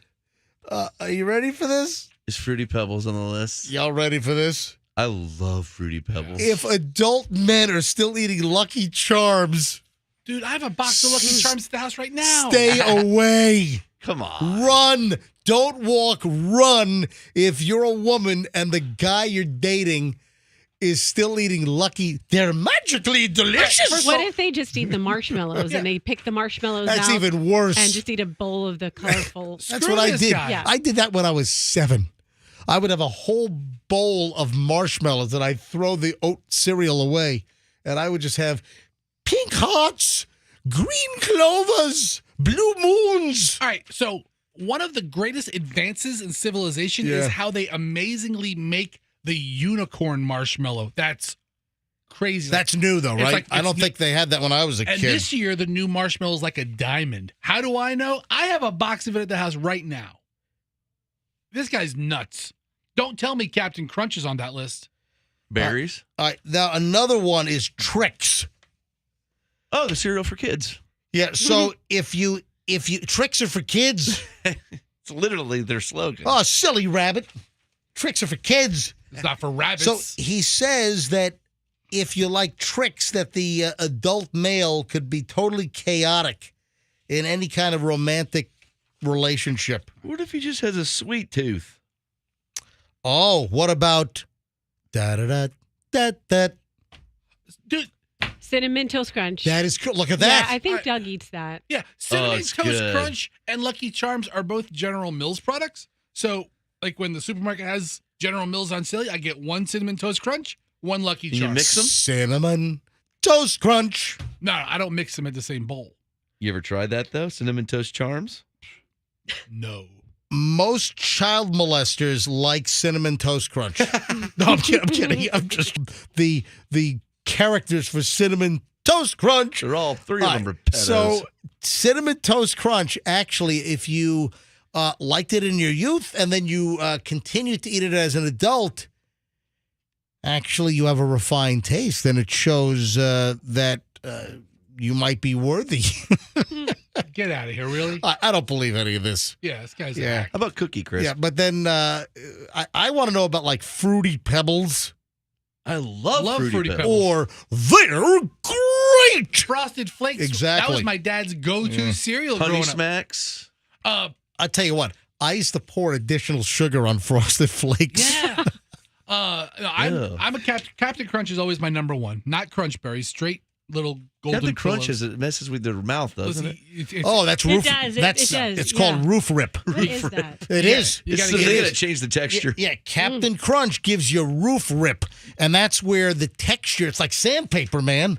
Why don't they change it a little It's bit? not like a fine grit sandpaper. It's like some rough grit sandpaper, and it rips the skin on the top of your mouth. I like Captain Crunch. All right. But whenever you eat Captain Crunch, whether it's Captain Crunch Original, whether it's Captain Crunch with Crunch Berries, man, it rips the roof of your mouth. Like your skin is dangling. Two things. One, don't be It's skimpy. like a belt sander in your mouth. Don't be skimpy on the milk. Two, you got to give it a 30-second soak to soften up a little bit. You're a pro. No, but then you want your cereal crunchy, not it's still soggy. crunchy. It's still crunchy. It's not glass shard crunchy. What was okay? that old commercial when I was younger? There was a commercial where, like, downstairs they were yelling, "I poured the milk!" And it was like, hurry downstairs before the cereal gets all soggy. Exactly. All right. Are you done with this in-depth cereal analysis? Yeah, I got to call my brother now. Okay. Can I change everybody's life before you No, call your brother? no, because it's 7:47. So what? Can It's cereal related. Oh, jeez. Well, okay, go ahead. All right, instead of Rice Krispie treats, right? Everybody loves Rice Krispie treats. Marshmallow and butter and all. Scratch the Rice Krispie treats. Thumbtack and razor blade treats. Put in Fruity Pebbles. Are you serious? Yes. Fruity, and so do the recipe for Rice Krispie treats recipe with the gooey sticky, but do Fruity Pebbles Put in instead. Fruity Wow, Pebbles. they sell those at the supermarket. Okay, I made him. Okay.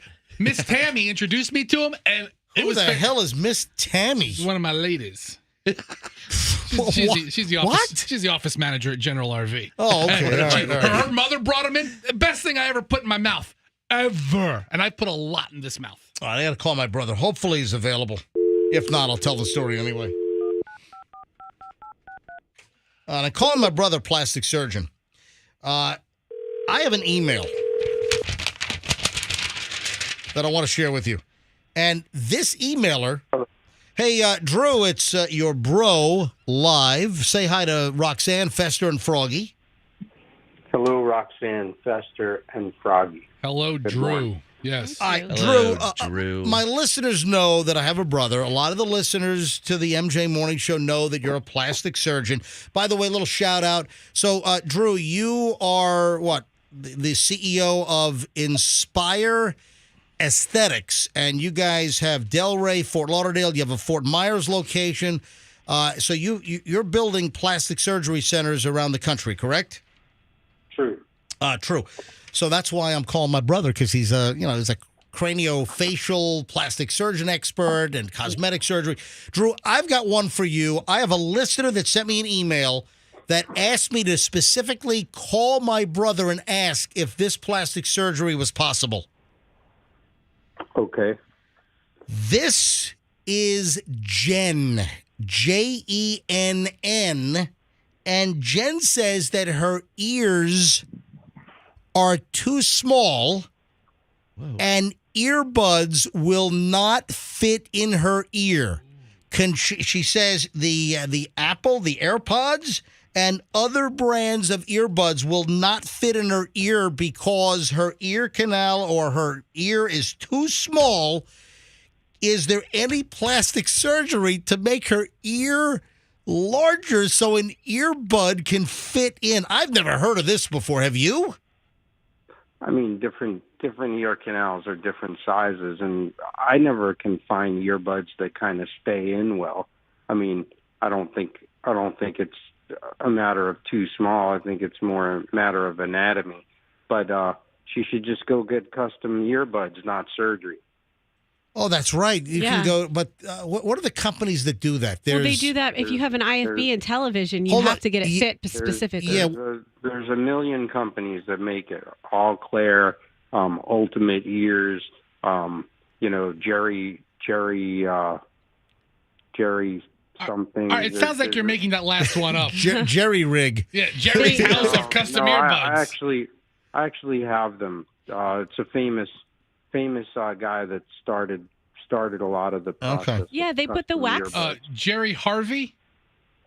Jerry Harvey. Yeah, that's it. Jerry Fesser's on the website. Jerry Harvey Audio. Don't they put like wax in your ear to shape it, like almost like Play-Doh? It's not and then wax. It's a silicone impression, and so they actually get an impression. They put a piece of cotton or a little piece of foam in the canal, and then they inject a silicone rubber that hardens.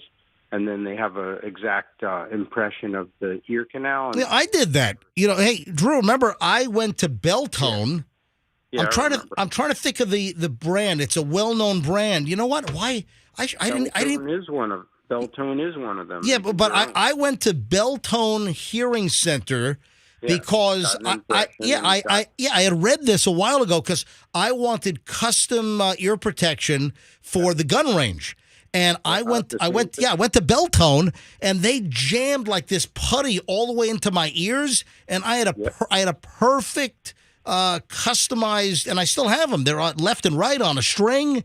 They're in a little orange round case, and I use them at the gun range. So I wear those on top of wearing regular ear protection muffs as well. But I didn't think about that. But what about back to Jen's question?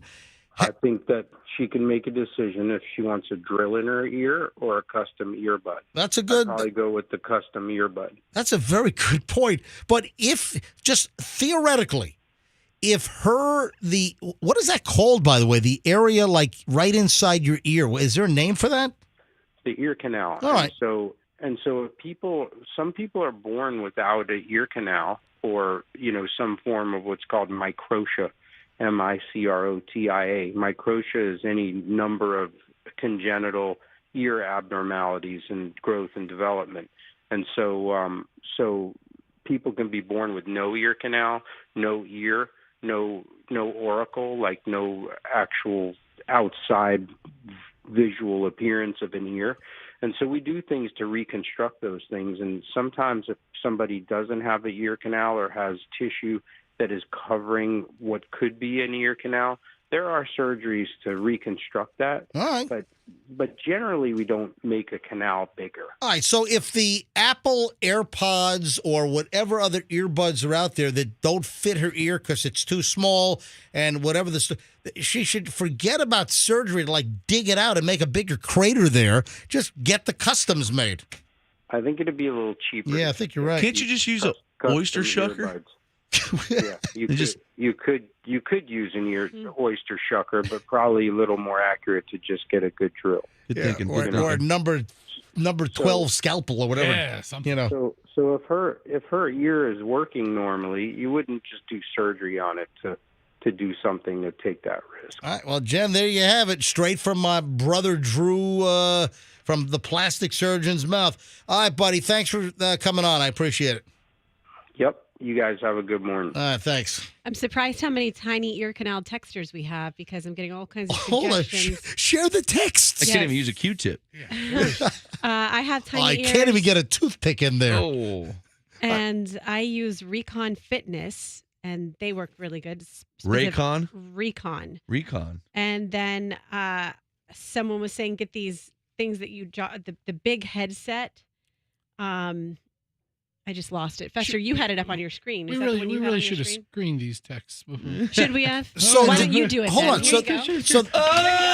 I'll close it right now. Roxanne just threw her computer at Fester. Hold on. Wait a minute. Roxanne, where are you going? Roxanne. Hold on, Roxanne.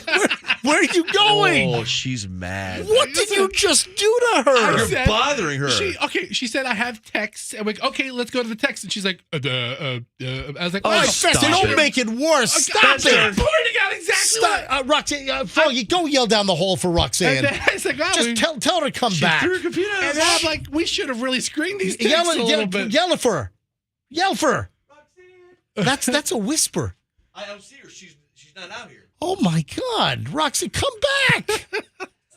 Is she coming back? I don't know. Roxanne, come. Fester, go get her. You know what? What is wrong with you? Why would you have... Well, he picks and picks and picks. You take little shots, and you know you do. So hold on.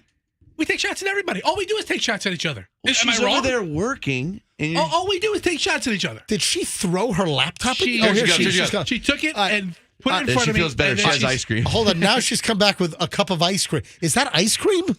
What is that? Oatmeal. And one of the... Are you okay? Yeah, I'm totally fine. Fester just, am I right? He picks and picks and nips and nips. And it's just... Sometimes I just sit in a little bubble away from the pickiness and I ignore it. I didn't think it was that bad, to be quite honest. No, it's accumulation. It's all built up. Yeah, exactly. It's like arsenic poisoning. Yeah, I'm like a it's like a drip. It's like Fester is arsenic, and it's like just slowly building up. Yeah. Exactly. It's like a heavy metal, like cadmium. Yeah, and today it's been a little bit obnoxious, and I just am like, that's why I didn't leave so the room hold on, so much. I'm not aware of the other thing. Well, so what else has Fester done to you today? Little like jabs and stuff. Like you'll say something on air, and then rather than poke fun, you'll be like, awkward, and just like really snooty patooty things that I don't tolerate around my household, and I'm not going to tolerate them with you. This I have isn't a 5-year-old who talks like that, and we're trying to manage her so she doesn't act like that. Listen, in all fairness, you've become a grumpy, sour old man. How is that grumpy? It's just like there's a way to poke and have fun. I am the type of person who loves being made fun of. I enjoy it. That is actually not true. It's like a family here, folks. It's like a family. Yes. All right, so Froggy. Roxanne handles it very well, I think. Yes, Froggy, has Roxanne, Froggy, has Fester become like ornery and prickly? Fester's become the new 2004 MJ. Stop it. No, he misses you being. We went over this in the truth booth yesterday. He misses you being a grump. And, I don't know. Not if you're a grump. Medicated now or what? I'm not medicated. I don't take. I don't know. I don't take it. The only drugs I take are my cholesterol. Okay. I take my generic Crestor, rosuvastatin, and I take my omeprazole for acid reflux every other day. But Fester has become very ornery. Yeah. And you admitted that yesterday. You enjoyed Talk to Even City. when we're in our boss's office, he's like, okay, he was getting way off track. What is wrong? Ted calls for a 10-minute meeting, and he's like, well, I did this on vacation. Like, who cares about that? Now, listen, I don't want you to snap at me. Sure. But I think you should get like an MRI of your brain. You might have a tumor or something. I think that is the exact wrong diagnosis. why of don't a you get tumor. some, why don't you drink or something? It's not a tumor. It's not a tumor. You pushed her. All right. She just snapped a little bit. Yeah, You better? no, I'm fine now. I got some food. I got a break. That's why I've been leaving have It's you noticed, not a MJ? tumor. Yeah, right. It's not a tumor. Roxanne gets some food and she feels better. She goes to the one Beasley employee benefit we get. Packages of oatmeal. Packages of Quaker Oats, cinnamon and plain are the only two flavors. And the cinnamon goes so fast. We don't have light bulbs or batteries around here, but Right. we've got bags of oatmeal. In lieu of reasonable deductibles, we're going to give you guys oatmeals. Sometimes they don't even have cups. Drink the water. hey, you want to hear something? We got to move on here, but you want to hear something really kind of cool? Hold on. I'm sorry, Rox. It's okay. I forgive you. Now, in the course of the show yesterday, I mentioned, what was it, about 8:45 or something, or about 8:50, 8:30. I mentioned this slice of pizza that I had in Largo.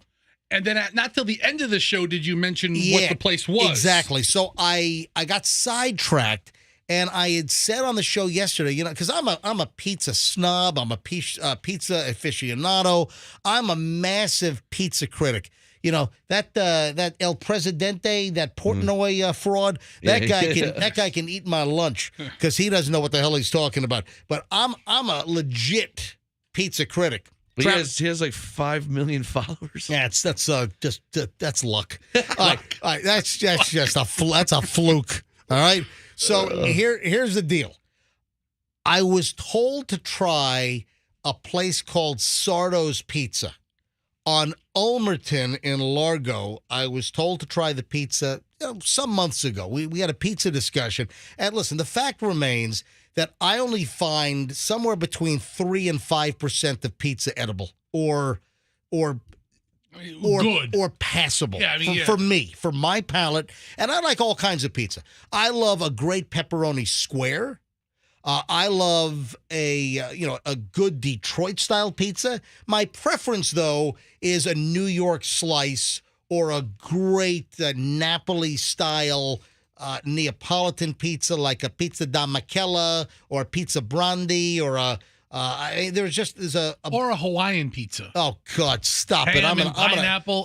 Dude, I'm gonna come across that counter. I'm gonna beat you senseless with a bat. Like in Naples, Italy, in Napoli, Starita pizza. I mean, we even traveled outside of. We rented a car and drove to a place called Caiazzo for a place called Pepe and Grani. And it's a Neapolitan style. It is famous in Italy. He's known as one of the, if not like the best pizziola in Italy. So that's how seriously we take. We'll go to Italy and only go to Naples or Napoli just for the pizza. So, and then by the way, Pizza da Macella, which is famous for decades and decades in Napoli, Italy, they're opening up a West Village, New York location. Great. Yeah. So that's that. And they actually have a couple of other ones they've opened up, I think, on the West Coast. But listen, I take my pizza seriously. That's the point. So months ago, someone said, hey, MJ, you got to try Sardo's Pizza on Ulmerton in Largo. It's a great New York-style pizza. And I'm like, yeah, listen, I've heard this a million times. And, people will say, oh, you got to try this pizza. And then I'll try the pizza. And some of the places over the years that people have recommended, I'm like, oh, my God, I want to throw myself in traffic. They think this is good pizza. So I finally get to Sardo's because I was over in Bel Air. I picked up a buddy of mine, Brian, who owns wine shop over there, Bella Vino. Great curated wine selection. Bella Vino, right at Bel Air Bluffs, right there at like Indian Rocks and West Bay.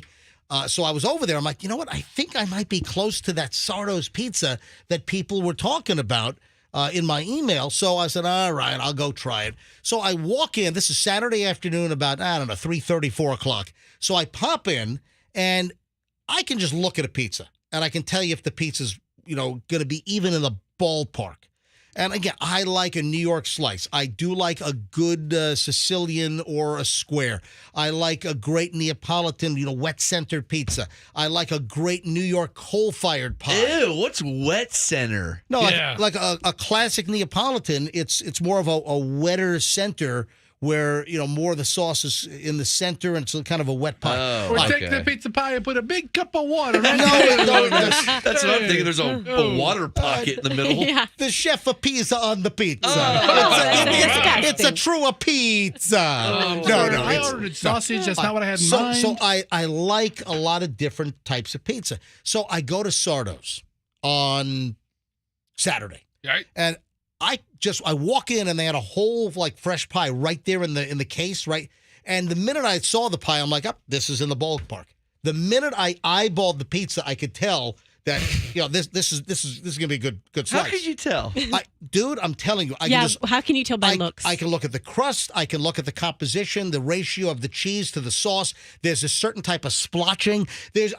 What if they do everything like that correctly, but then the spices or the flavor is wrong? And sometimes maybe the sauce is not. Sometimes the dough doesn't have enough salt in it. That's a big mistake that some pizza places make. They don't salt their dough enough. But anyway, listen, I got to move on, but I just want to point this out. That I was late. It was the last segment of the show yesterday that I said, oh, man, I mentioned this great slice that I had on Saturday, and I forgot. So at the very end of the show, at 9:42, 9:43 yesterday, I'm like, geez, I forgot to mention this last hour. But the slice of pizza that I had that was really good was called Sardo's Pizza on Ulmerton out in Largo, right across from the Pinellas County Sheriff's Administrative Building over there. Yeah. It's right across the street. And I finally mentioned it yesterday. We're wrapping up the show. We go to commercial break. You guys are out of the studio. I'm cleaning up the mess because I'm the first one here. I'm the last one out. I'm here during all the commercial breaks. You guys flee like cockroaches. I don't know where the hell you go. All right. So Andrew comes into the studio and says, hey, there's a guy on line 2 or whatever it was. It's the pizza guy you mentioned. So the guy, the Sardo dude, hang on, I got his, he gave me a Santo, and he gave me his cell number. Oh, yeah? He calls up, and he's profusely thanking me for giving him props and saying that I really enjoyed his slice. Cool. And I even brought it home for Michelle. You ate half the slice? It's I'm going to save the other half for my wife? I brought her the crust. No, so... But why don't you bring us some tomorrow, MJ? Well, guess what? He's offering to bring us pizza one morning. Okay. All right, so I'm excited about this. All right, so here's the deal. When I'm scoping out a pizza shop and they do sell slices, I'll buy one slice because all I got to do is take one bite out of the slice. Everybody knows the rules. Stop it. That guy's don't even get me. Bite. I was doing one bite before that. You are such a... I've always done. So I'll take one bite, and then if the pizza's no good, I chuck it. One bite. If the pizza's bad, I chuck it. That's good for the homeless. Something that Michelle or the starving. Something that Michelle and I have said for a while now is if food is not good, I spit it right out. It's not worth the calories. It's not. So that's a line that Michelle and I use. It's like, yep, nope, not worth the calories. If the food's no good, just drink the calories. Hey, listen, that's Roxanne's playbook. That's your playbook, baby. All right, so I take a bite. I'm like, oh, this is good. I finished the whole slice, and then I went back in. I bought 3 more to go. And then I told Michelle, hey, fire up the oven, put the pizza stone in, because we got a great bake stone, nice and seasoned, so I could, reheat it, crisp up the bottom, and boom. So this guy, Santo Sardo from Sardo's Pizza on Ulmerton, he calls me up to thank me. This is off the air, and he's like, man, thank you so much. I love the fact that you appreciate pizza. Pizza's my life. I mean, you guys give me the whole life story here. You guys should hang out. And then he's like, hey, anytime you want, I'll bring by some calzone. I'll bring by the pizzas. I'm like, listen, all you got to do is bring the pizza by. So whenever we want him to bring pizza by, he'll bring the pizza by. So, listen, I love, first of all, mentioning a great local business. And when I think something's great, I have no problem talking about it on the show. So, there you have it. But the point is that, our reach is really pretty strong. Here I do a quick mention at 9:43, and the owner of the place is calling me up. Hey, people are calling me about, you just talked about my pizza. I'm like, yeah. That's great. Yeah. So that's the story there. Guess what we have right here? We have another example of a TV reporter live shot where they kind of go into like some kind of a seizure. Oh, no. Yeah. You remember the famous one? Yeah. The Staples Center on, I think it was KCBS Channel 2 out of Los Angeles. Yeah, Bertoshin. Yeah, was the word she- Bertoshin. What was her name? I hate to laugh about that, but that's just a funny word. That was a terrible, awful. terrible And that story. wasn't just a migraine. Her name was Serene Branson. How's she doing now? I don't know. Why don't you give me a research project on that? Because I have migraines every day, and they don't make me go Bertoshin. Yeah. Serene Branson was a CBS 2 reporter in Los Angeles. She was doing a live shot outside of the Staples Center, and this is what that sounded like. Well, a very, very heavy rotation tonight. We had a very Darrison bite. Let's go to Terrace and look for the bit. They have the pit. She thought she was saying stuff that made sense. Yeah, that's not But a migraine. She was having some kind of like a what was the God final bless her. diagnosis? What I did think I think it was a stroke.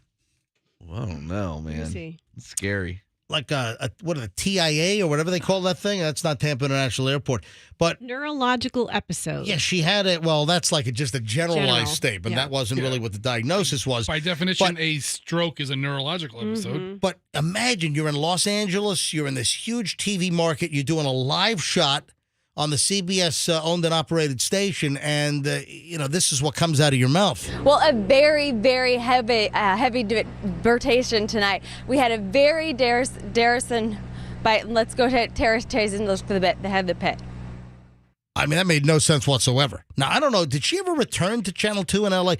That's the one that people remember. That's the crazy story. There's a new one now. A Canadian TV journalist on, I think, CTV, which, it's a big, television network. She was doing a live shot. Her name, Jessica Robb. And she had an episode over the weekend where she suffered some kind of a medical emergency in the middle of her live shot. CTV reporter Jessica Robb was doing a live shot on Sunday night, and she was doing a back and forth with the anchor, Nariman Isa, when Jessica suddenly became unable to get her message out, and she was stumbling over her words. But then, Roxanne, I saw this last night. You saw it. And then you even commented in an email to me that the scariest thing is like when she gets this, what's the language? I think I said death stare, but she's just incapacitated. Her eyes, the lights are on, but nobody's home. And then she started shaking. Yeah. Dead eye stare. How long did they keep her on camera? They cut away. Well, let me play the audio. So this is the audio of the new woman. This is Canadian TV reporter Jessica Robb, and this is what happened to her on Sunday night. Has come just a week before the third anniversary. Well, people we spoke with say they were happy that something is being done, but this is something that they've been asking for since day one. So for them, this is about 1,000 days too late. Now, Nariman, looking at after the day, families are pushing the feds to. Sorry, Nariman, I'm not feeling very well right now, and I'm about to.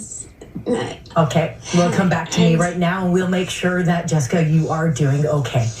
Thank you. We will make sure that Jessica is okay. And we will give you guys an update a little bit later.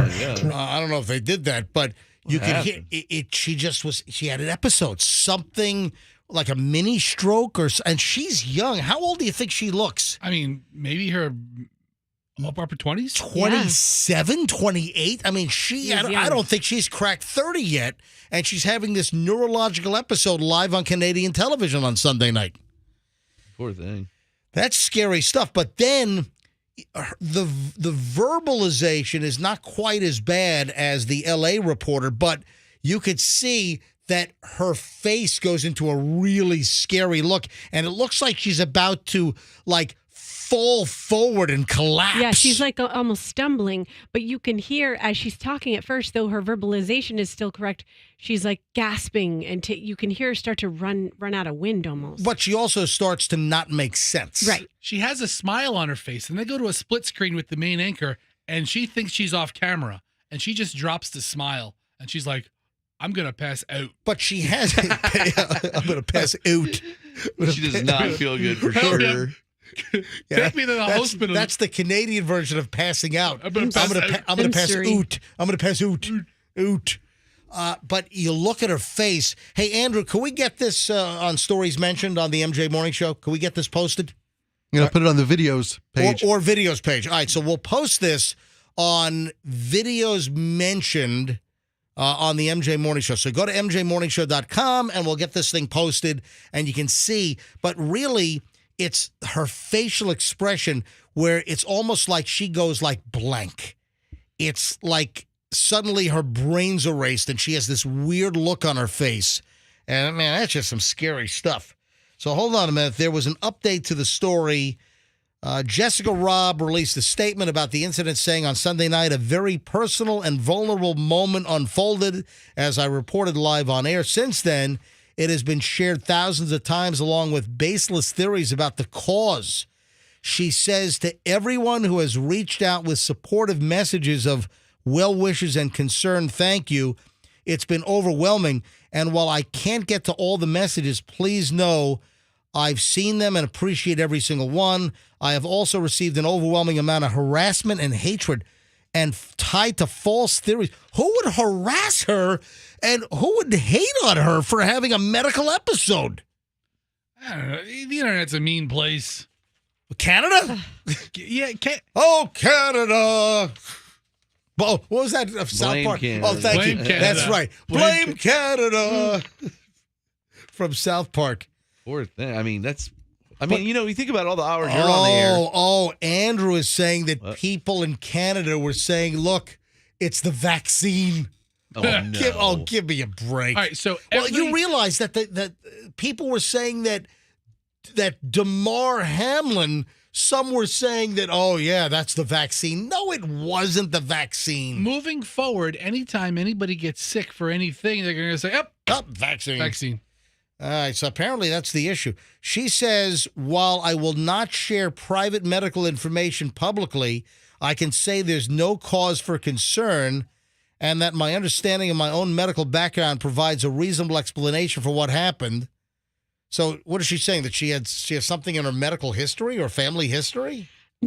Now that we know that she's somewhat okay, I feel like I can make this joke, but didn't she kind of look like a zombie? Like she was being taken over by a... I don't think that... Yeah, I don't think that's a joke. I don't... I think it's an observation. It's an observation. And it's accurate. At the very end of the clip, when she drops her smile, she's like, ugh. That's when I really felt bad for her. But then it looks like she's about to keel over forward. Yeah. But then the control room at Canadian television, at CTV, they cut away from her, so she might have collapsed on the ground because they cut away from the live shot, and they're like saying, oh, my God, this is not good, and they cut away. But she could have... Listen, I wish her the best. It took them long enough. But I don't know... Oh, they did keep her up there for a little too long. She's like, I don't feel good. Smiling when she said it. By the time she has to say, I don't feel well now. Can you tell she's falling apart? But typically somebody, especially a reporter in this type of situation, would probably reveal what happened. I don't know. Because I think that the Channel 2 LA lady that went into her, what was it? What was her thing? Well, a very, very heavy debatation tonight. We had a very daring. But let's go to Terrace and look for the head of the pit. I mean, verbally, that's a lot worse than the Canadian lady. But I think that she revealed... She had migraines that caused these symptoms, according to doctors. There you go. That mimicked a stroke. But I don't know why the Canadian reporter won't reveal... you're a reporter. It's all about getting information out of people. So, hey, give us your information. I'm not hating on her. I wish her the best. She alive? Yeah. Yeah, Okay. she's alive. She wrote a tweet. She's right. Okay. She's writing updates. Maybe she just doesn't want people to know her medical information because she doesn't want to be judged for it. And HIPAA violation. Yeah. I wouldn't judge her for it. You're the one who had a stroke. Yeah. I mean, who does that? Hey, guys, are you aware of some of the Hillsborough County school redistricting issues? Yeah. Now, Heard about this. does it affect any of you guys? I know it affects my sister because she was talking to me about it. I'll tell you what, there's a big deal in South Tampa. Because in Beach Park, where, you got some pretty high priced property and the property taxes are high, there's a portion of Beach Park where one of the proposals would move high school kids out of Plan High School and move them to Jefferson. You want to talk about night and day. Plan High School is usually on the list of like the top 100 high schools in America. Plan High School is a hell of a facility. It's great. Isn't Jefferson a little closer, though? Geographically, mileage-wise, maybe. Is that how you make the map? To some points. But, dude, it's been like this for decades and decades. Boundaries get changed. Fester, I'm going to shut your mic off. Oh, great. I understand Beach Park residents and them being upset because Jefferson High School is not a really good high school, just from an academic standpoint. Isn't it like Plant High School's an A school? And look up the rating for Jefferson. Is Jefferson My buddy Alan is a lawyer, and he went to Jefferson. Oh, Okay? listen.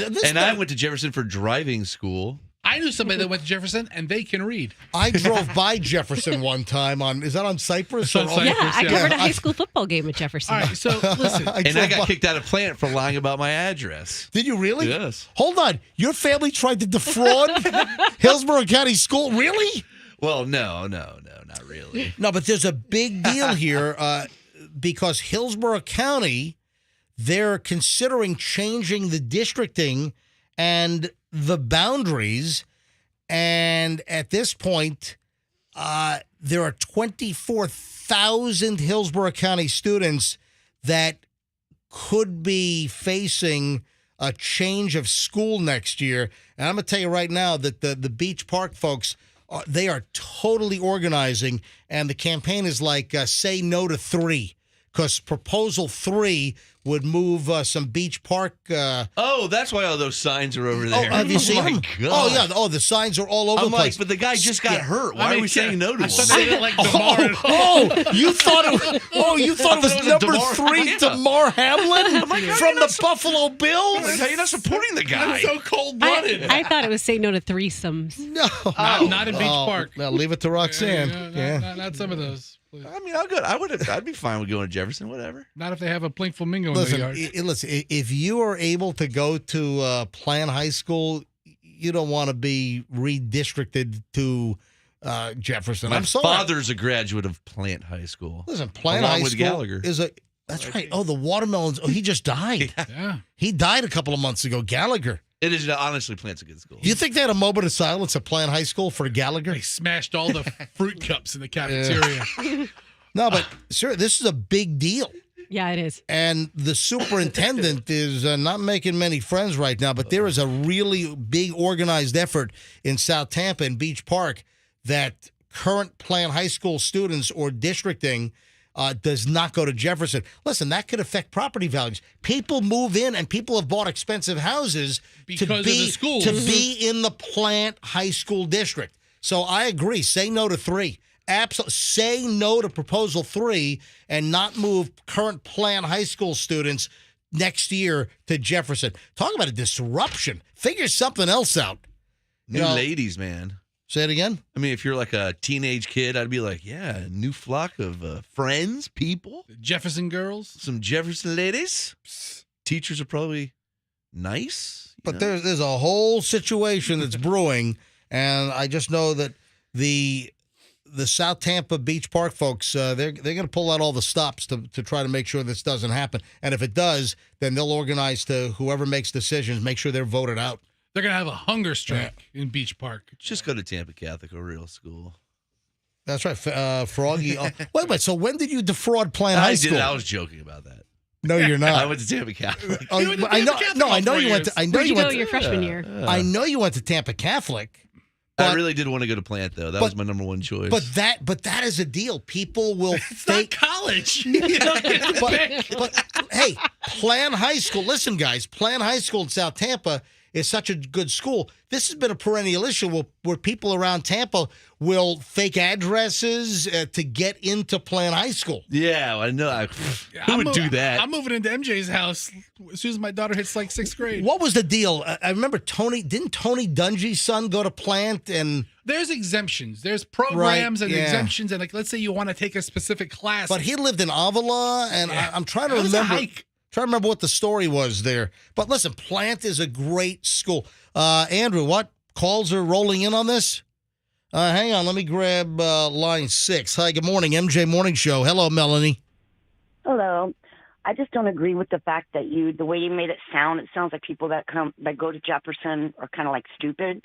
No, I didn't say that. I just ratings wise. No, hold on a minute. Melanie, let's be very clear. Jefferson is just nowhere near a highly rated school like Plant. That's all I'm saying. So then you got to be rich to go to Plant. No, that's not true. There are all kinds of income brackets. If you look at the Plant School District, you have all kinds of incomes, all types of homes and property values. It runs the gamut. It runs a whole range. So you have all types of socioeconomic classes that go to Plant High School. It just came across that way, when you say how Plant's so much more better than Jefferson. He's just talking about the school. But it is the school rankings and the quality of the school. I'm not making it up. It's a fact that Plant High School is a lot better than Jefferson. Take the names that's out. all I'm saying. Melanie, It's take not the names out. It's not necessarily the students. It's just it is the high school and whatever the program is. It's just Plant is a better school than Jefferson. I'm sorry. Those are just the facts that even Hillsborough County Public Schools will tell you. I guess we'll have to disagree to disagree. Okay, it's agree to disagree. We could disagree to disagree. MJ, because we're talking about something. Thank you. MJ, because we're talking about Did you go to something. Jefferson? I think she went to Jefferson. Yeah, listen. A bunch of people went to Jefferson, MJ. Listen, I get what she's saying. Oh, perfect. Wow. What was that, Fester? I understand what she's saying. Listen, Jefferson's the school, but Plant's a significant Well, it's just what you're saying, MJ, is when people buy homes, one of the criteria, if they have children of school age, is what are the schools rated? That's the first question you ask. People are buying into the Plant District just to get the Plant District. They're buying real estate, buying houses. And because Plant's an A school, did we find out what the rating was on Jefferson? I went to a Jefferson blog or rating system, and it said it was like a 3 out of 10. No. Well, GreatSchools.com. I'm talking about the letter grade. Doesn't the county still assign a letter grade to the school? What letter grade is Jefferson? Might be a C school actually, whereas Plant's an A school, if I'm not mistaken. All right, moving along. But anyway, this is a big deal, and you want to rile people up? Yeah, redraw boundaries on a school like Plant after what, 40, 50 years? Or whatever it is? Yeah, longer than that. How tough, Andrew, can you I'm try to looking it find... up. You see what I'm doing? Andrew, can you try to find the Hillsborough County rating on what Jefferson is, if you don't mind? All right, moving along. This is a bit awkward. Roxanne? Yeah. Would you ever let somebody use your lip gloss? That's a really that's a tough one. You're sounding like a TV reporter on CTV right now. Real Bertocci. Like, what if Pat George asked you? The answer to that question. Would it depend who it is? It depends who it is. I mean, it depends. Yeah. No. What it depends upon is how well I know them. That's so, it. like, what if Meredith asked you to borrow your lip gloss? Yes, Meredith can borrow my lip gloss. What if Pat George, our traffic reporter, asked you to borrow your lip gloss? No, but for reasons just because it's not going to be his color. It's not going to look right on him. What if Canker Sore Carl down the hallway asked you? No. Canker Sore Carl. You There's know, no such person. He's always got the cankers. Yes, there is. What about lip fungus Felicia? Yeah, can she use it? Fungal. I mean, Felicia's Felicia. great with her lip. I'm always staring at it. The reason why the reason why I'm bringing this up is, Michelle and I had a conversation because there was a story in my pile about the awkward moment between Kate Middleton and Nutmeg, Meghan Markle. And it appears that, I guess, in the book that Prince Harry has, this Spare?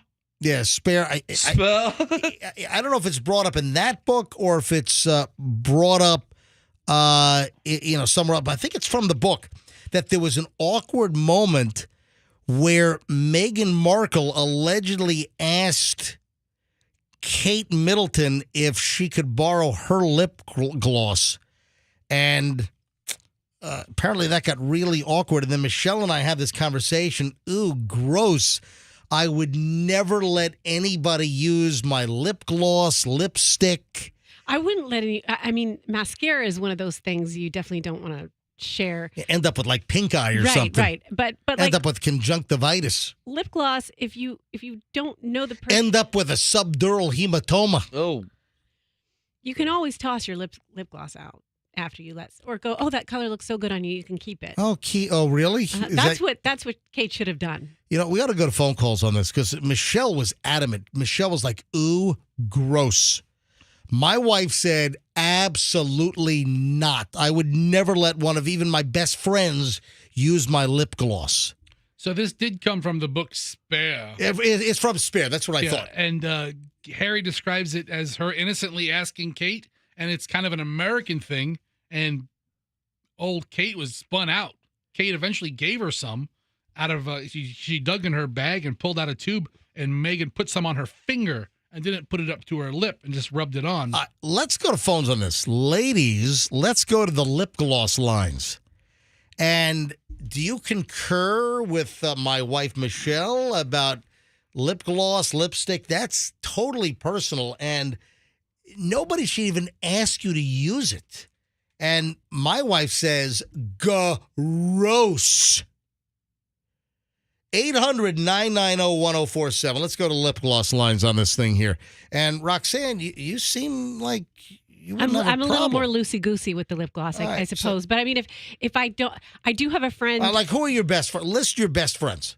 My friends, Jana, Melissa, Hannah.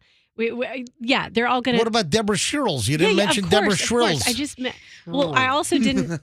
I also forgot to list Kettle and Dunice. Kettle, it's so weird. And so Kettle and Dunice. But Roxanne's made up friends when she doesn't want to reveal a real name. But when Dunice was one time, this girl, she wanted to borrow my lipstick all the time, and I did see something on her lip at certain times. Ew. No. And Dunice. No, is it really Denise?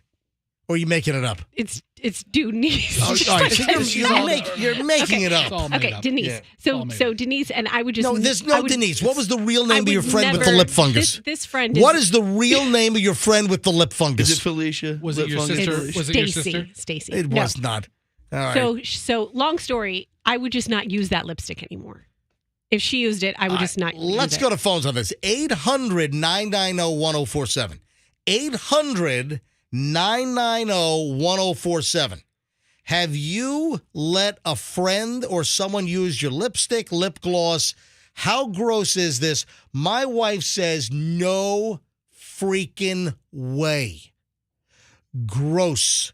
All right, 800-990-1047. Let's go to calls. 800-990-1047.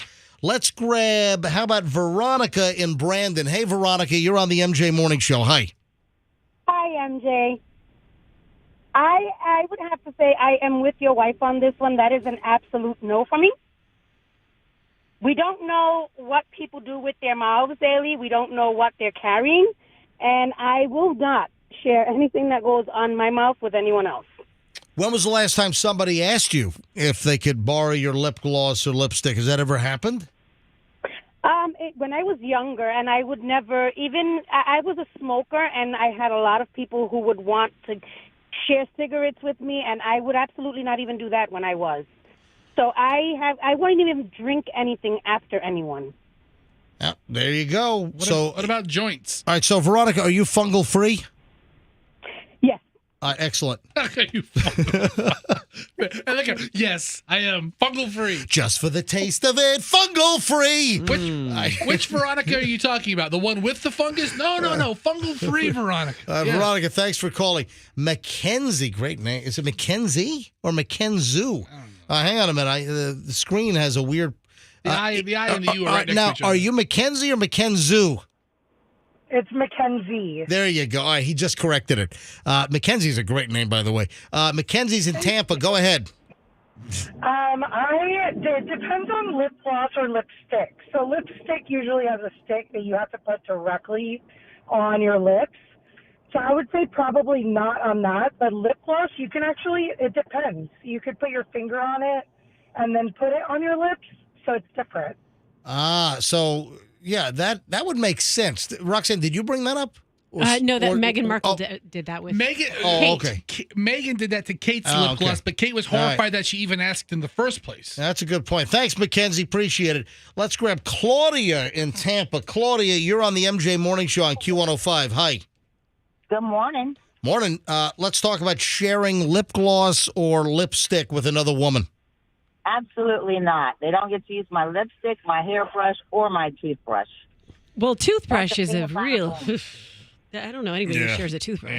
Those are personal things. Now, like the girl that just called before, I don't have a problem if they want to put the, lip gloss on their finger and then put it on their lips, but they ain't touching. I don't want any other chick's lips on my lipstick. There you go. hey, isolate that one. That's another good laugh. Thank you. You have to have something sacred. There you go. Thanks, Claudia. Appreciate it. Tracy's in Dunedin. Tracy, MJ Morning Show. You're next. Hi. Good morning. Long-time listener, first-time caller, but I'm with your wife, Michelle. It's a no on lip gloss or the lipstick. Have you ever been put in an awkward situation? Many times. How do you get out of it? I take it, and I'll tell them stick out their finger, and I'll either push a little bit of the lipstick on it or the lip gloss. Yeah, but they're going to touch her disgusting fungus finger. Hold on, you're saying that Tracy has a disgusting fungus finger? No, the next person. You're saying that she's just going to let her finger her lipstick now? Right. But we're usually together, and they usually just wash their hands in a bathroom when they're asking for this. Gotcha. They better. Tracy, after all these years, thanks for calling in. I guess we finally got you to call in. Thank you. I love you guys. I'm sorry, not Tracy. Hold on. You're Tracy. Yes. All right, Tracy, thank you so much. Have a good morning. All right, you too. All right, let's grab Tammy in Lutz. Tammy, MJ Morning Show on Q105. Hi. Hi, how you doing? I'm just like your last listener. Listen forever, but first-time caller. This is awesome. Thank you. Go ahead. Absolutely not. Don't want to share stuff like that. Don't want to drink after other people. Too much stuff people have out there. But I tell you what, if I felt bad enough and I let a friend do that, I would come home and probably cut the end off with a knife if it was a really good lipstick or something, and then use it again, knowing that the stuff was cut off. Yeah, just cut off like a millimeter of the potentially fungal exposed area. Exactly. But I really think the Meghan Markle thing and all that, I think it's, the English people, they just have a very stiff upper lip. And that's just not something they do over there. I think it's definitely an American thing that if it happens, it's over here only. Gotcha. Hey, thank you, Tammy. Yeah, no problem. Have a great one. Thanks for finally calling in. Of course. I think I should run down the hall and see if Meredith will let me use her lipstick. Oh, she'll let you. Should we test it? She will totally let you. Of course she will. Should we test that? Meredith would let Pat George use it. Let's grab Cheryl. A couple more calls here, then I got to move on. Cheryl in Parrish. Cheryl, would you let somebody borrow your lip gloss or lipstick and apply it directly to their lips? Well, I think that the consideration should be the time that we're in.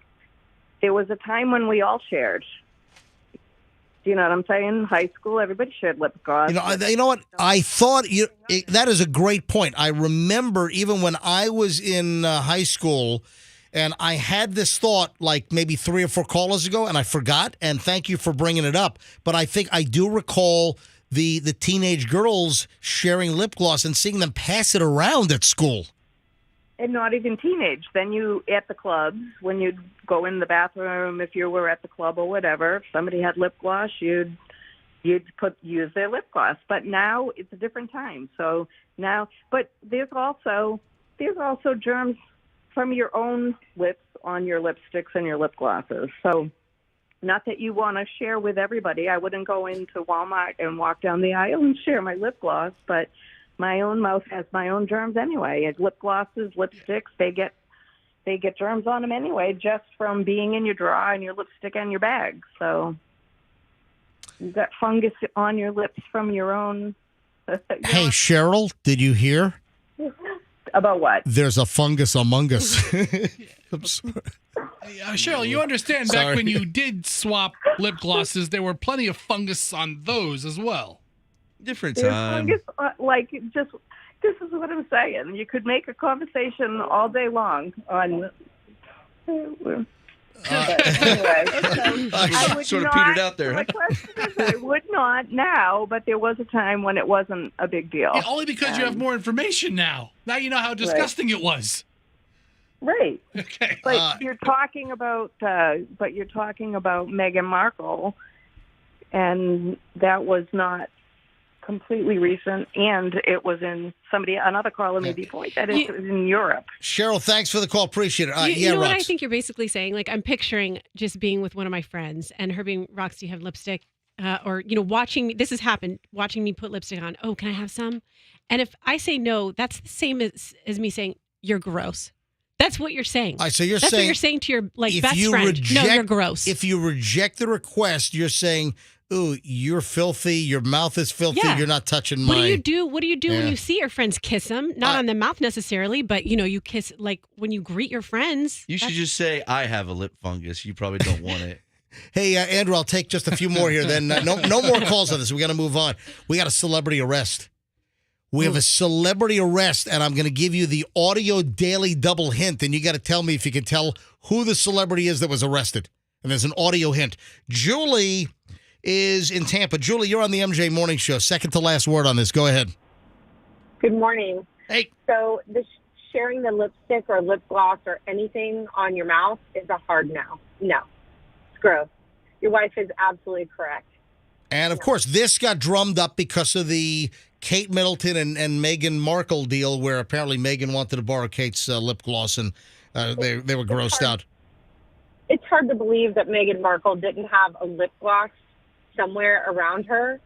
I think she's just a crybaby, and I wouldn't have shared it either. And by the way, my wife hates Meghan Markle. Yeah, I think I hate that she's gotten so much exposure. I think it was intentional, and I hate everything about this whole situation. Yep. Julie, thanks for the call. All right, last call on this. Rebecca is in Tampa. Hey, Rebecca, MJ Morning Show. You're up. Lip gloss, lipstick. Another girlfriend asks to borrow yours. What do you say? Well, I have asked to borrow lipstick, and I now own two really nice tubes of lipstick, so I think I'm part of this problem. Oh, because you steal it from people after you use it? Or they don't want to take it back? No. They don't want it back?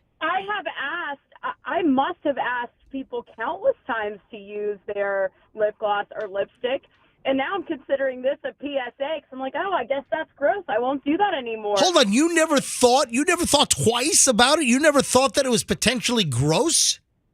No, I don't know. I guess not. But now, listen, thank you, because now I have revised my way of thinking. Yeah. I'm not going to ask anymore. And I'm very grateful for the 2 nice tubes of lipstick that I have gotten in the past from asking and people being polite and being like, it's a really good color on you. Just keep it. There you go. That's their way of being polite when you're disgusting. Thank you, Rebecca. Look at the versatility of the show. Look what we've done in the last hour and 20 minutes. Yeah, wow. Look at what we've covered here. All right, when we get back in minutes, when we get back, another long chunk of the show, There's been a celebrity arrest, and I want to give you guys an audio clue, and you can play along at home and see if you know who the arrestee was. Don't Google anything for any recent arrests. Just hold on. Just play the game, and I'm going to play you a song, and then you tell me who was arrested. And let's see if you can sing along to the song, or even tell me what movie the song was from. Yeah, this will be nostalgic. All right, hold on. All of this next on the MJ Morning Show here on Q105. Hey, this is...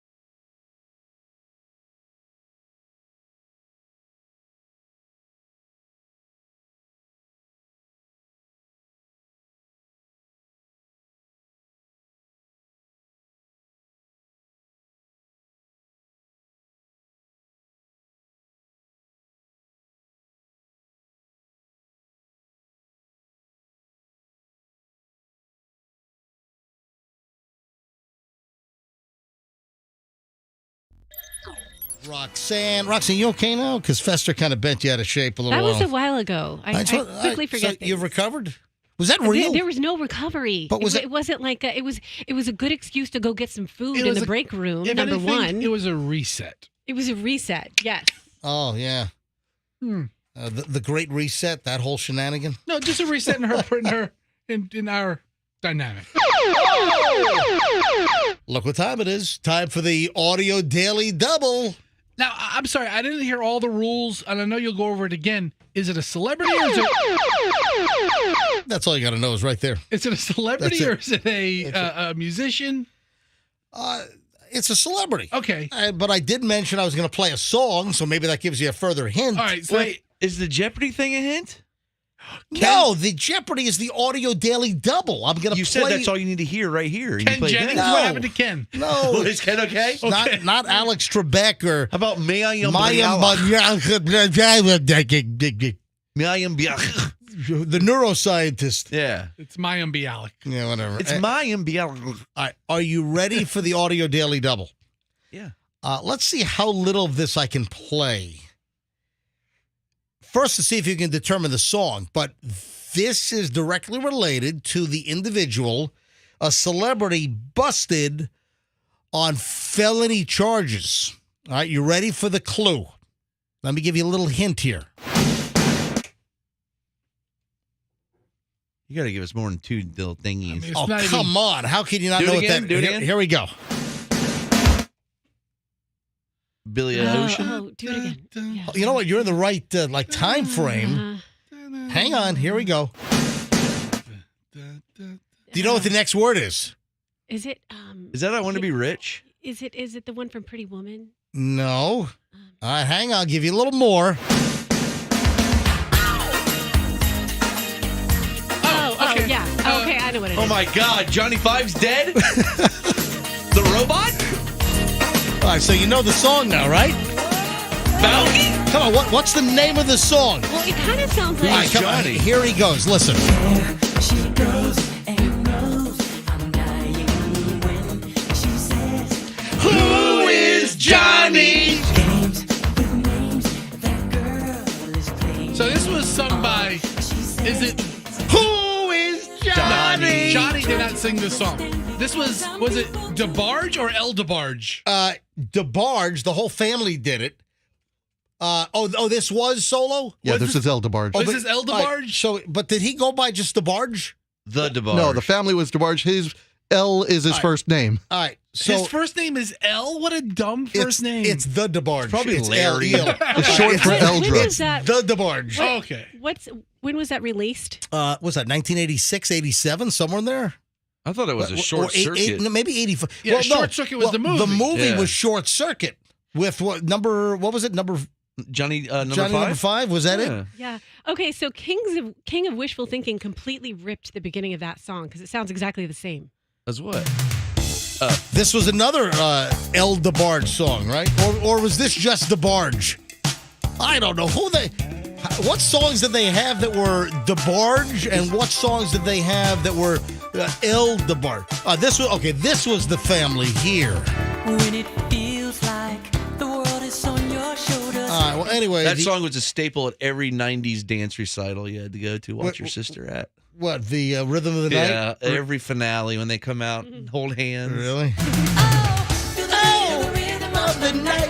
Dance until the morning light. Forget about the worries on your mind. Who's Johnny? She said, and smiled in her special Well, have you figured out who's been arrested on felony charges? Bronson Pinchot? Oh, you know what we need? Hey, do me a favor. Hey, Andrew, can you cue up Who's Johnny to the very, very end of the song? Because you know at the end of the song it goes, Who's Johnny? Oh, it ends cold like that? Yeah, it ends totally cold. So I think we need a new version like, Who's a felon? What do you think? Does it work? El DeBarge, which I got to be honest, I haven't thought about this guy in about 25 years. I have to say, yeah. But TMZ's got a whole exclusive on this. Man, what a mess. So El DeBarge was busted by Burbank police out in the L.A. area. So Burbank police told TMZ that officers slapped handcuffs on El DeBarge around 3:40 a.m. on Sunday. First of all, what the hell is he doing out at 3:40 a.m.? Nothing good is happening at 3:40 a.m. Kidding me? That's the best time for El DeBarge. How old is he? He's what? Guy's got to be. Oh man. So he is his age in here. I think he's got to be in his late 50s, early 60s. 61. How old is he? 61. Andrew says 61. Partying. So here's the deal: officers put him in the cuffs, cuffed him and stuffed him. 3:40 in the morning on Sunday. They didn't pull him over. He was already stopped at a gas station in Burbank, and they noticed that he had expired tags. Well, guess what? The expired tags lead to something else. They approached the vehicle because he had expired tags, and then they noticed they had an expandable metal baton in plain sight inside his vehicle. Can you not have those? The baton is, at least California law, the expandable metal baton is considered a weapon in the vehicle. So then he went ahead, the police officer then continued to search the car, and then they found pepper spray, which I think you can have pepper spray. I don't know about California's a weird place. But then they found narcotics in the vehicle as well. So we don't have exactly what the narcotics were, but suspected narcotics in the vehicle. It just gets worse. That he doesn't even have a valid driver's license. Come on, L. Come on. Who's unlicensed? Dun, dun, dun, dun, dun, dun. Who's got drugs? Dun, dun, dun, dun, dun, dun, dun. Who's got an expandable baton? Dun, dun, dun, dun, dun, dun, dun, dun. All that works. It really is. Yeah. If they had an El DeBarge cruise, I'd go and he'd sing that. Come on, L. Who's busted? Me. L. L. What's the next line that you keep going da da da da da da? Isn't it? And we don't smiled, know. She said, and smiled in a special way. Johnny, she said, you know I love you. There you go. Hey, do you have the end of the song queued up, Andrew, by any chance? Andrew, yes, no? Yeah. Why not? He's talking to you in your ear. We I can't don't hear know. him. I thought 5 minutes was enough, but Okay. maybe not. All right. So then they found out that are you keeping an inventory here? Expired tag, expandable baton, pepper spray, suspected narcotics, not having license. a valid driver's license. That's a lot of charges. And he was arrested, booked on everything, possession of a controlled substance. Drug paraphernalia as well. So not only did he have the suspected narcotic in the vehicle, he also had a lighter, a pipe, maybe a crack pipe Yeah, or something. something. I don't know. Wait a sec. So they believe that the narcotic was heroin. Oh man, that's what do you have, a burnt spoon or something? Dude, that's rock bottom. If you've got Man. that, if El DeBarge is doing heroin, that's rock bottom. Come on, L. And then El DeBarge was also arrested for felony vandalism back in 2018. Do you know what he did back in 2018? Oh my God, L's a menace. He is. He's a menace to society. What did he do? In 2018, he got into a fight and took a wrench and bashed in a guy's windshield during an argument. So he's had metal tools in his driver's seat area for a long time. If only going to get into some trouble with an actual barge. Oh my! Can Burn a boat into he it. vandalize like a trash barge or something? A coal barge? Did it mention what kind of car he was driving? It does not. I want to know what's L driving these days. Listen, if you got all this crap in your car, it's 3:40 in the morning, and you got heroin and paraphernalia. What kind of car could El DeBarge be driving? Guy hasn't had a hit record since 1986. He's still living off these royalties. Still getting them royalty checks, man. Listen, I don't know how many royalties he made from. Now, I would imagine they probably made more money off of. What?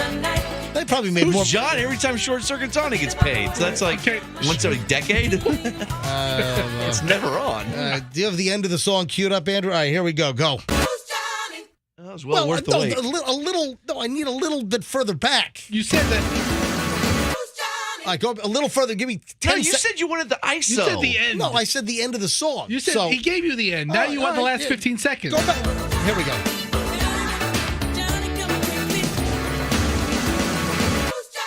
Hang on, I missed That it. was kind of weird. Yeah. One more time, MJ. All right, we all talked over. Go ahead, hit it again. Who's busted? You missed I missed it again. Hey, God, you That's all right. We get the idea. Yeah. I'm sorry. I'm not an expert on who's freaking Johnny. It's better on paper. Hey, so I don't know if you've said this because I've been doing Yeah. El DeBar's research over here, but he has 12 children. What? Yeah. Wow. Well, his wanker works. Who's fertile? What do you say? Who's fertile? Who's fertile? Who doesn't believe in condoms? Who's not shooting blanks? Oh my gosh. This guy, but he's a wreck. I'm gonna make my own band. All the budgets. He bonded out. He did have 25 grand bond to post. Typically, 10% would be about $2,500, and he's due back in court in March. Wow. All right. What if the judge's name is Johnny? Oh, be too great. Who's Johnny? Listen, I wish El DeBarge the best. Yeah. I mean, I hope it works out for him. I The best.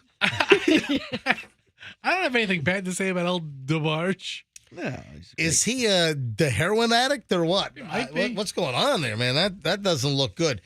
Hey, I'm going to tell you right now, I mentioned that the price of eggs have gone through the roof even more. Now, we've been watching egg prices go up since, last summer? Mm-hmm. Yeah. But now I'm seeing like empty shelves. Michelle likes, what is the egg that Michelle likes? Michelle is so freaking picky about her eggs. And Michelle, what was that? Egg beaters. No, she doesn't like egg You guys beaters. are just really into food. No. Michelle loves. It's not like an Eggland Best or No, anything. no. They're much better eggs than Eggland's Best. Michelle likes Vital. V-I. How do you pronounce it? I'm drawing a blank here all of a sudden. But it's Vitali. V-I. Vital Farms? Thank you. Vital. Not Jeez. Vitali. It's Vital. I'm sorry. It's Vital.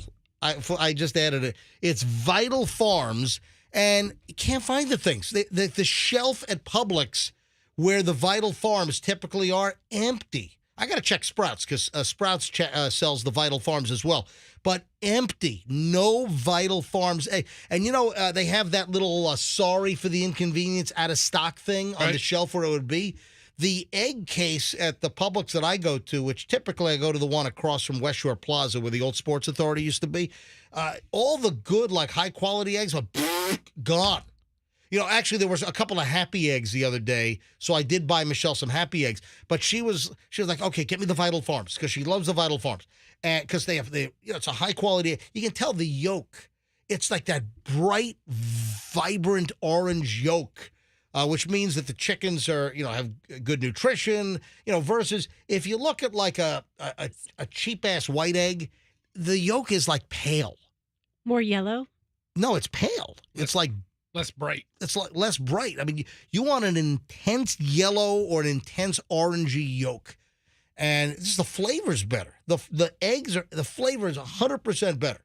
So Michelle said, get me the Vital Farms. Sold out. And they've been sold out for my last 4 trips over the last week plus. No Vital Farms. Then she's like, how about the Pete and Jerry's or Nellie's? And I couldn't find none of them. None of the high quality eggs are in stock. And then that's on top of the prices through the roof. We're like a dozen eggs now for the more, the higher quality eggs. They're like $8-9 a dozen now. It's crazy. Yeah, I went to my favorite supermarket, Aldi, yesterday, where they generally have lower price stuff. All their eggs are like dented and smashed, right? Their eggs were fine, but it was $4.99 a dozen, where they were like $1 under $1 a year ago. Under $1? I mean, they have the Come 99 on, really? cent. Yes, really? That's what they call it, all dents or all deep. Are we getting? Now I know what's going on. I know that the egg issue is partially because of the avian flu, and I'm sure that some chicken flocks and stock have been hit worse than others. But we've had the avian flu, so a whole bunch of chicken flocks have been put down to prevent the spread. And I know that I believe millions of chickens had to be. can you fry them up at least, or do they just I think they they're totally I think they're unedible. if totally they have destroyed? avian flu. Yeah, all right. Or So- maybe some are layers and some are eaters. Bottom line is the egg issue is problematic. The price through the roof. So regular food inflation. Then you add to it the avian flu, and we're screwed on the whole egg issue. And I don't know when is the egg issue going to normalize? Are egg prices going to come back down? Because I would buy for Michelle. I do all the shopping. Michelle very rarely goes shopping, and I'd buy like the 18-pack of like Vital Farms, and it'd be like, I don't know, maybe $7, and then maybe even 6 and change. But then sometimes you'd get them on sale, and I'd stock up and grab like a whole bunch of them. I have a suggestion to anyone who wants to save money Yeah. with eggs. Go spend a couple $100, get yourself allergy tested, find out that you're allergic to eggs, and stop eating them. That's what I did. What? Thank you, Roxanne. I don't eat eggs anymore. What did you just say? Are you hanging out with El DeBarge in his car at 3:40 in the morning out in Burbank? You know what? She is like 3 life decisions away from sitting next to El DeBarge in his car in I would Burbank not at let 3:45. Els borrow my lipstick. I can tell you that right now. But listen, Yeah. I'm allergic to eggs, so I haven't been. But I bet you. You're allergic to eggs Yes. or in everything. I know. What happens when you eat eggs? Well, basically, when you're allergic to a lot of things, it's not that one bite of it. Some people, if they eat shrimp, one bite will send them into whatever. Like my grandma Right. Franny, she's gone now, but my grandma Franny, she was allergic to shellfish, and if she had shellfish, her like throat would swell up, it would close Right. off her, and she would like choke to death. And one time I think my grandpa had to jam a pencil in her neck. So, jeez. Did you know that one of our mutual friends, MJ, at age like 53, found out he's allergic to dairy and had like anaphylactic shock? A friend of ours? Jason the Buffoon Boy. He was in Grand Central Station in New York. He works for XM Sirius Radio now. Well, hold on a minute. So what? He had dairy? He had he had dairy. He had like a violent reaction to dairy. Wait, that just suddenly came on? At age 53. At age 53, Yes. he had a sudden allergy to dairy? Yes. Get out of here. I kid you not.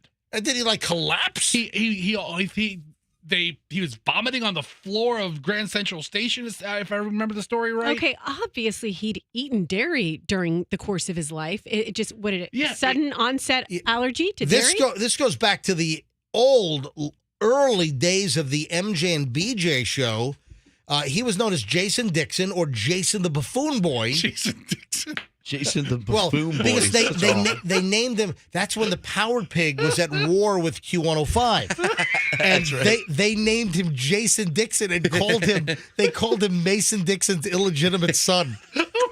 That's the whole story behind Jason Dixon. Now this guy is a professional boss over at XM Radio. He still goes by Jason Dixon. The Power Pig and the Big War. Remember Screw the Q? They did that whole thing years ago. I know Jason Dixon because he used to do all the Tampa Bay Storm games. He did. He worked for the Storm. He worked Yeah. for the Lightning. He has a Stanley Cup championship ring that says Dixon on it. Good for him. I know, but it's because of the joke. What? It all started with the joke. The name. Oh yeah, well yeah. Because the Power Pig. I told you why they named him Jason Dixon. But he ate something for lunch and he had a violent reaction, and he found out in his late 50s that he's allergic to dairy, which has nothing to do with being allergic to eggs, I guess. I don't know if he's late 50s. He's young. I think he's younger than me. All right, so yeah, he's younger than I am. If I'm not mistaken. All right, we have an update. Remember the tasteless demonstration that was done during the Steelers game where the CPR resuscitation. There was a sack. It was Alex Highsmith was he sacked the Browns quarterback Deshaun Watson, and then they did a mock CPR on the ground during the celebratory post sack celebration. Between two Steeler players. Right, two Steeler players. One lied on the ground while this guy, Alex Highsmith, I guess, was performing CPR. And this is on the heels of the whole Damar Hamlin issue where CPR was performed for 9 minutes. And, well, it wasn't it was uncouth. It was ill-timed. And now the Steelers' Alex Highsmith has apologized for the CPR celebration. Does he have an excuse? Yeah, what does he say? Does he say what was he doing? I mean, in the heat of the moment, you're not thinking about everything. Yesterday, just bad timing, bad optics. So on Monday, Highsmith apologized for the celebration. He said, I just don't want people to think of me that way and think I was doing anything intentional because I would never, ever, ever, ever. It's like Taylor Swift over there. I would never, ever get back together. He said, because I would never, ever, ever, ever want to do that intentionally, and I would never, ever would do that. All right. Highsmith said that he and his teammate had not planned the celebration. I just want people to know that I have nothing but love for DeMar and his family. When that happened, I was shook for a couple of days. Yeah, see, he had bad judgment. Me and my wife, we were watching the game. We immediately saw it and intentionally started praying. Intentionally prayed for him, his parents, the doctors, the nurses, because me and her were both followers of Christ. We both believe that prayer is powerful, and I'm just thankful for the miraculous work God has done with DeMar's life. I just want people to know. You might not have intended it, but because of a current situation, just your timing, sometimes people didn't think about it. Yeah. And in this case, it almost sounds like they didn't think about it. Had he done the CPR? Is that a thing, doing the CPR? Has that been done before? I mean, yes. You see all kinds of like celebratory dances and walks and little gestures and motions. I mean, the week before, another player was doing snow angels while a quarterback was grabbing his back. Yeah, the one guy was injured, the other guy was doing snow. Like right next to him, he's doing snow angels for 20 seconds, and the other guy's like, I'm dying. All right, so we have the apology, and I guess the apology seems sincere. And, of course, that's Pittsburgh Steelers, and Pittsburgh is DeMar's hometown. That's where he was flown to. And they had him out of Cincy on an airplane, and he had landed and already had been readmitted into a Buffalo hospital before the news even broke. But yesterday afternoon, the news breaks that Damar Hamlin released from the hospital, but they carefully choreographed that. They got him out, and I don't know if it was reported that he was out until he got to Buffalo. So they discharged him in Cincinnati. They transferred him to a Buffalo hospital for the remainder of his recovery. So Damar Hamlin is back in Buffalo. So he's not out of the hospital yet. No, they just moved him to a different hospital. I would imagine they put him on a private jet, like a medevac flight. Someone reminded me, Terrell Owens did CPR on a football one time. Yeah, we've seen his CPR on footballs, and I don't know if I've seen it on other players, but it's been a thing. But it's just not that funny this week. Probably not next week either. Yeah, who's Ghislaine Maxwell? She's Jeffrey Epstein's, what do you call it? Like bird dog scout? Yeah, scout is a good way to put it. Yeah, I just wanted to see. Recruiter. There you go. I just want to know if you guys remembered who Ghislaine Maxwell is. Well, she was, if you look back at some of the stories that were written, she was the bird dog. She was the recruiter. That's right. That's a good way to put it, Roxanne. She, sickly, would wait outside of like Manhattan high schools to look for high school girls to come out that were Jeffrey Epstein's type. And then there were stories about like grooming. There were stories about making contact and befriending. There was one story that stuck with me with Ghislaine Maxwell, tied up in the whole Jeffrey Epstein matter. There was one story that really just gave me the chills because, listen, Chloe went to high school in New York, not far away from where Ghislaine Maxwell was trying to recruit girls and meet girls on the Upper East Side of Manhattan. So my daughter went to school not far from there. And one of the stories that stuck with me is that she would wait out in front of this high school for school to let out, find girls that had a certain look that Jeffrey Epstein liked, and would start like making conversation and would like say, hey, hi on one day. And then that was it. Then the next day would be there again. And then, hey, how you doing? Hey, good to see you again. And then that would work into then a conversation. And then like, hey, how'd you like to make some extra money? All you have to do is give a massage to this guy. And it was Jeffrey Epstein at his East 63rd Street, whatever it was. It was like East 63rd and in between like 5th and Madison, if I'm not mistaken. Okay, thank Yeah. you for the very, very descriptive directions. Well, no, I'm not going He had there. a really fancy schmancy place. I get it, but you give the Yeah. address like I'm going to put it in MapQuest or something. 53rd between Madison. I think it might have been 63rd. Oh, thank you. I could be wrong though. You got to get the direction right too. But how sick is that to like very sick. to groom those girls and to knowingly and there were numerous articles about this, but to scout out like 16, 17-year-old high school girls. Ooh, yeah, she's got that's what Jeffrey likes, that type. Well, was she shanked in prison or something? Well, no, Why- the reason why I'm bringing this up is in prison, apparently, she's teaching etiquette and yoga classes. Etiquette. What? Exactly, Froggy. Etiquette? Really? She can teach ethics too. I No, mean, not she's- ethics. She's trying to pick up and recruit teenage girls for Jeffrey Epstein's sick fetishes. But now she's teaching prison inmates how to hold which fork to use. Etiquette. Yeah. It's finishing classes. How to tilt up your pinky when you're drinking a cup of tea. I saw this and I'm like, what the hell? This I saw last night as well. Don't cheat.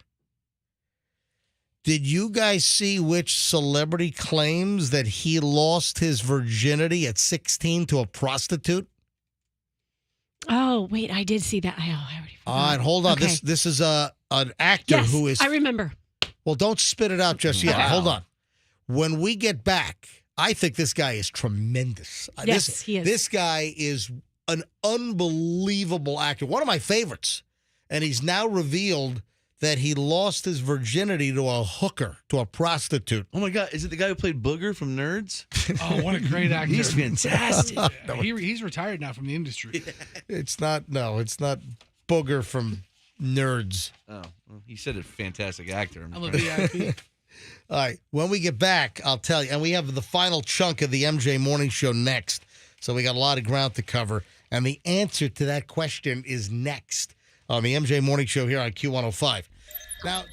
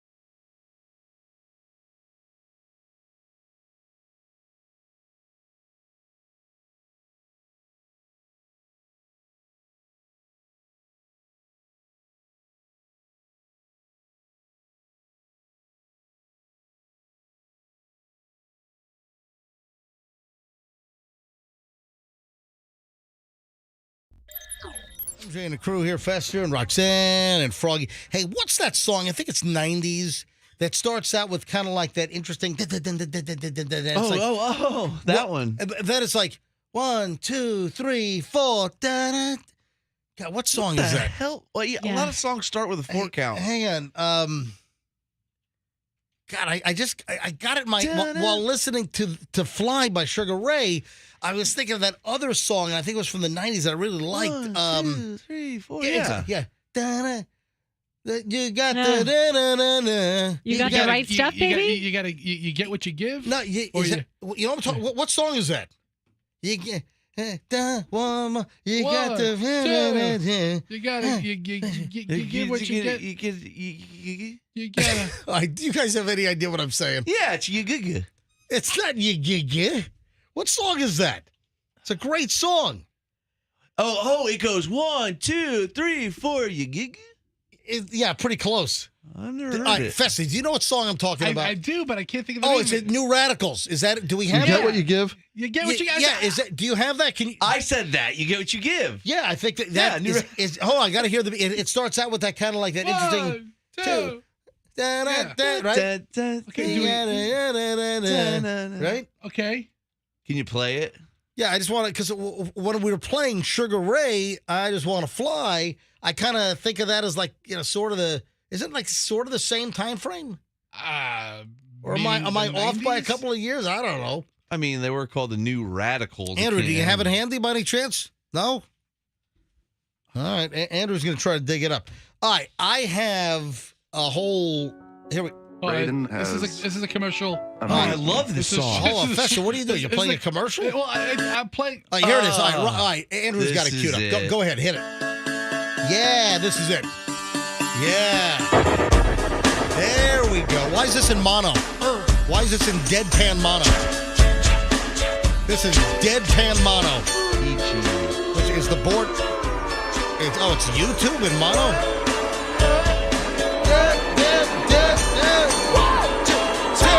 There it is. Yep. God, that sounds like ass. That's like it's not stereo. It's total mono.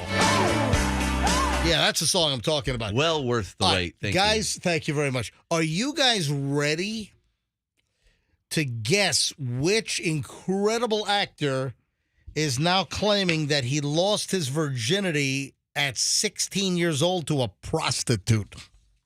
I am recused because I know who it is. I read the story. Fair. Oh, you saw the story? Mm-hmm. All right. All right. Great actors. Great actors. I'm talking great actors. Andrew, do you have the audio queued up?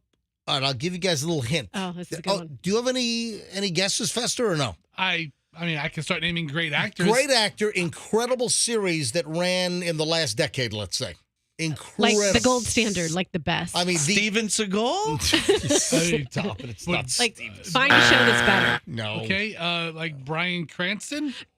Holy moly, did you say Bryan Cranston? All right, hold on. Yep. This show was so boring. What? It lost me. Breaking Bad lost you? 5 episodes. I'm like, you got to stick with it. Enough already. I get it. He's sick. They're making drugs. The first couple is, I think the first 3 episodes were slow, but then it gets really good. I met Bryan Cranston. He came to our studio. Yeah, Malcolm in the Middle, remember? He came to our studio, and then I also did an appearance with him. We were talking about some awards nominations, and Bryan Cranston had come to the market. We had him on the morning show, but also I went over to Fox 13 for Kathy Fountain's midday show. Do you remember that? The water fountain. I went over to Kathy Fountain's midday show. What a great show. On Channel 13, on Fox 13.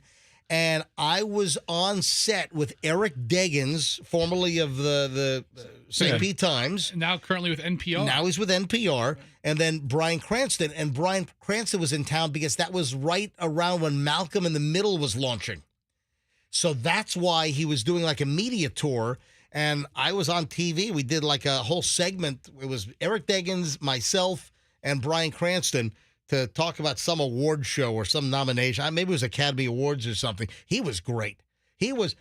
Remember the interview? He said he was concentrating on doing more serious type of acting. Like, Well, one of the things I remember the interview of meeting Bryan Cranston, and one of the things we started talking to him about, because this was early 2000s, was reality TV coming out. And if you ever watched American Idol or Survivor, and he said, I never watched that. I hate those shows because those shows put actors out of work. I think he said that, yeah. And I was like, oh my God, you're right. I still love Big Brother. And if you ask Malcolm from Malcolm in the Middle, who he lost his virginity to, he will remember because he has no memory of anything. No, it was the mother from Gilbert Grape. Oh. It was... No, he lost his memory, though. Is that true? Yeah, Malcolm from Malcolm in the Middle doesn't remember being on the show. Frankie Muniz? Yeah.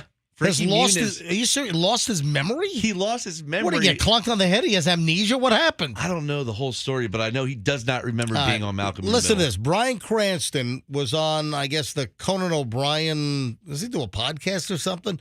And Conan O'Brien heard the story that he and his friends were in Europe. He was 16, and they went to the red light district. Nice. I think they were in Germany, Austria. They were in Salzburg, Austria, and they went to like a brothel, and that's where Bryan Cranston lost his virginity at 16 to a prostitute in Salzburg, Austria. What other details did he share? It was Arnold Schwarzenegger's mother, apparently. It was Arnold's maid. It was Arnold's maid. Bryan Cranston, do me now. Hey, do you Leave the money on the dresser? Hey, I've got a Price is Right story.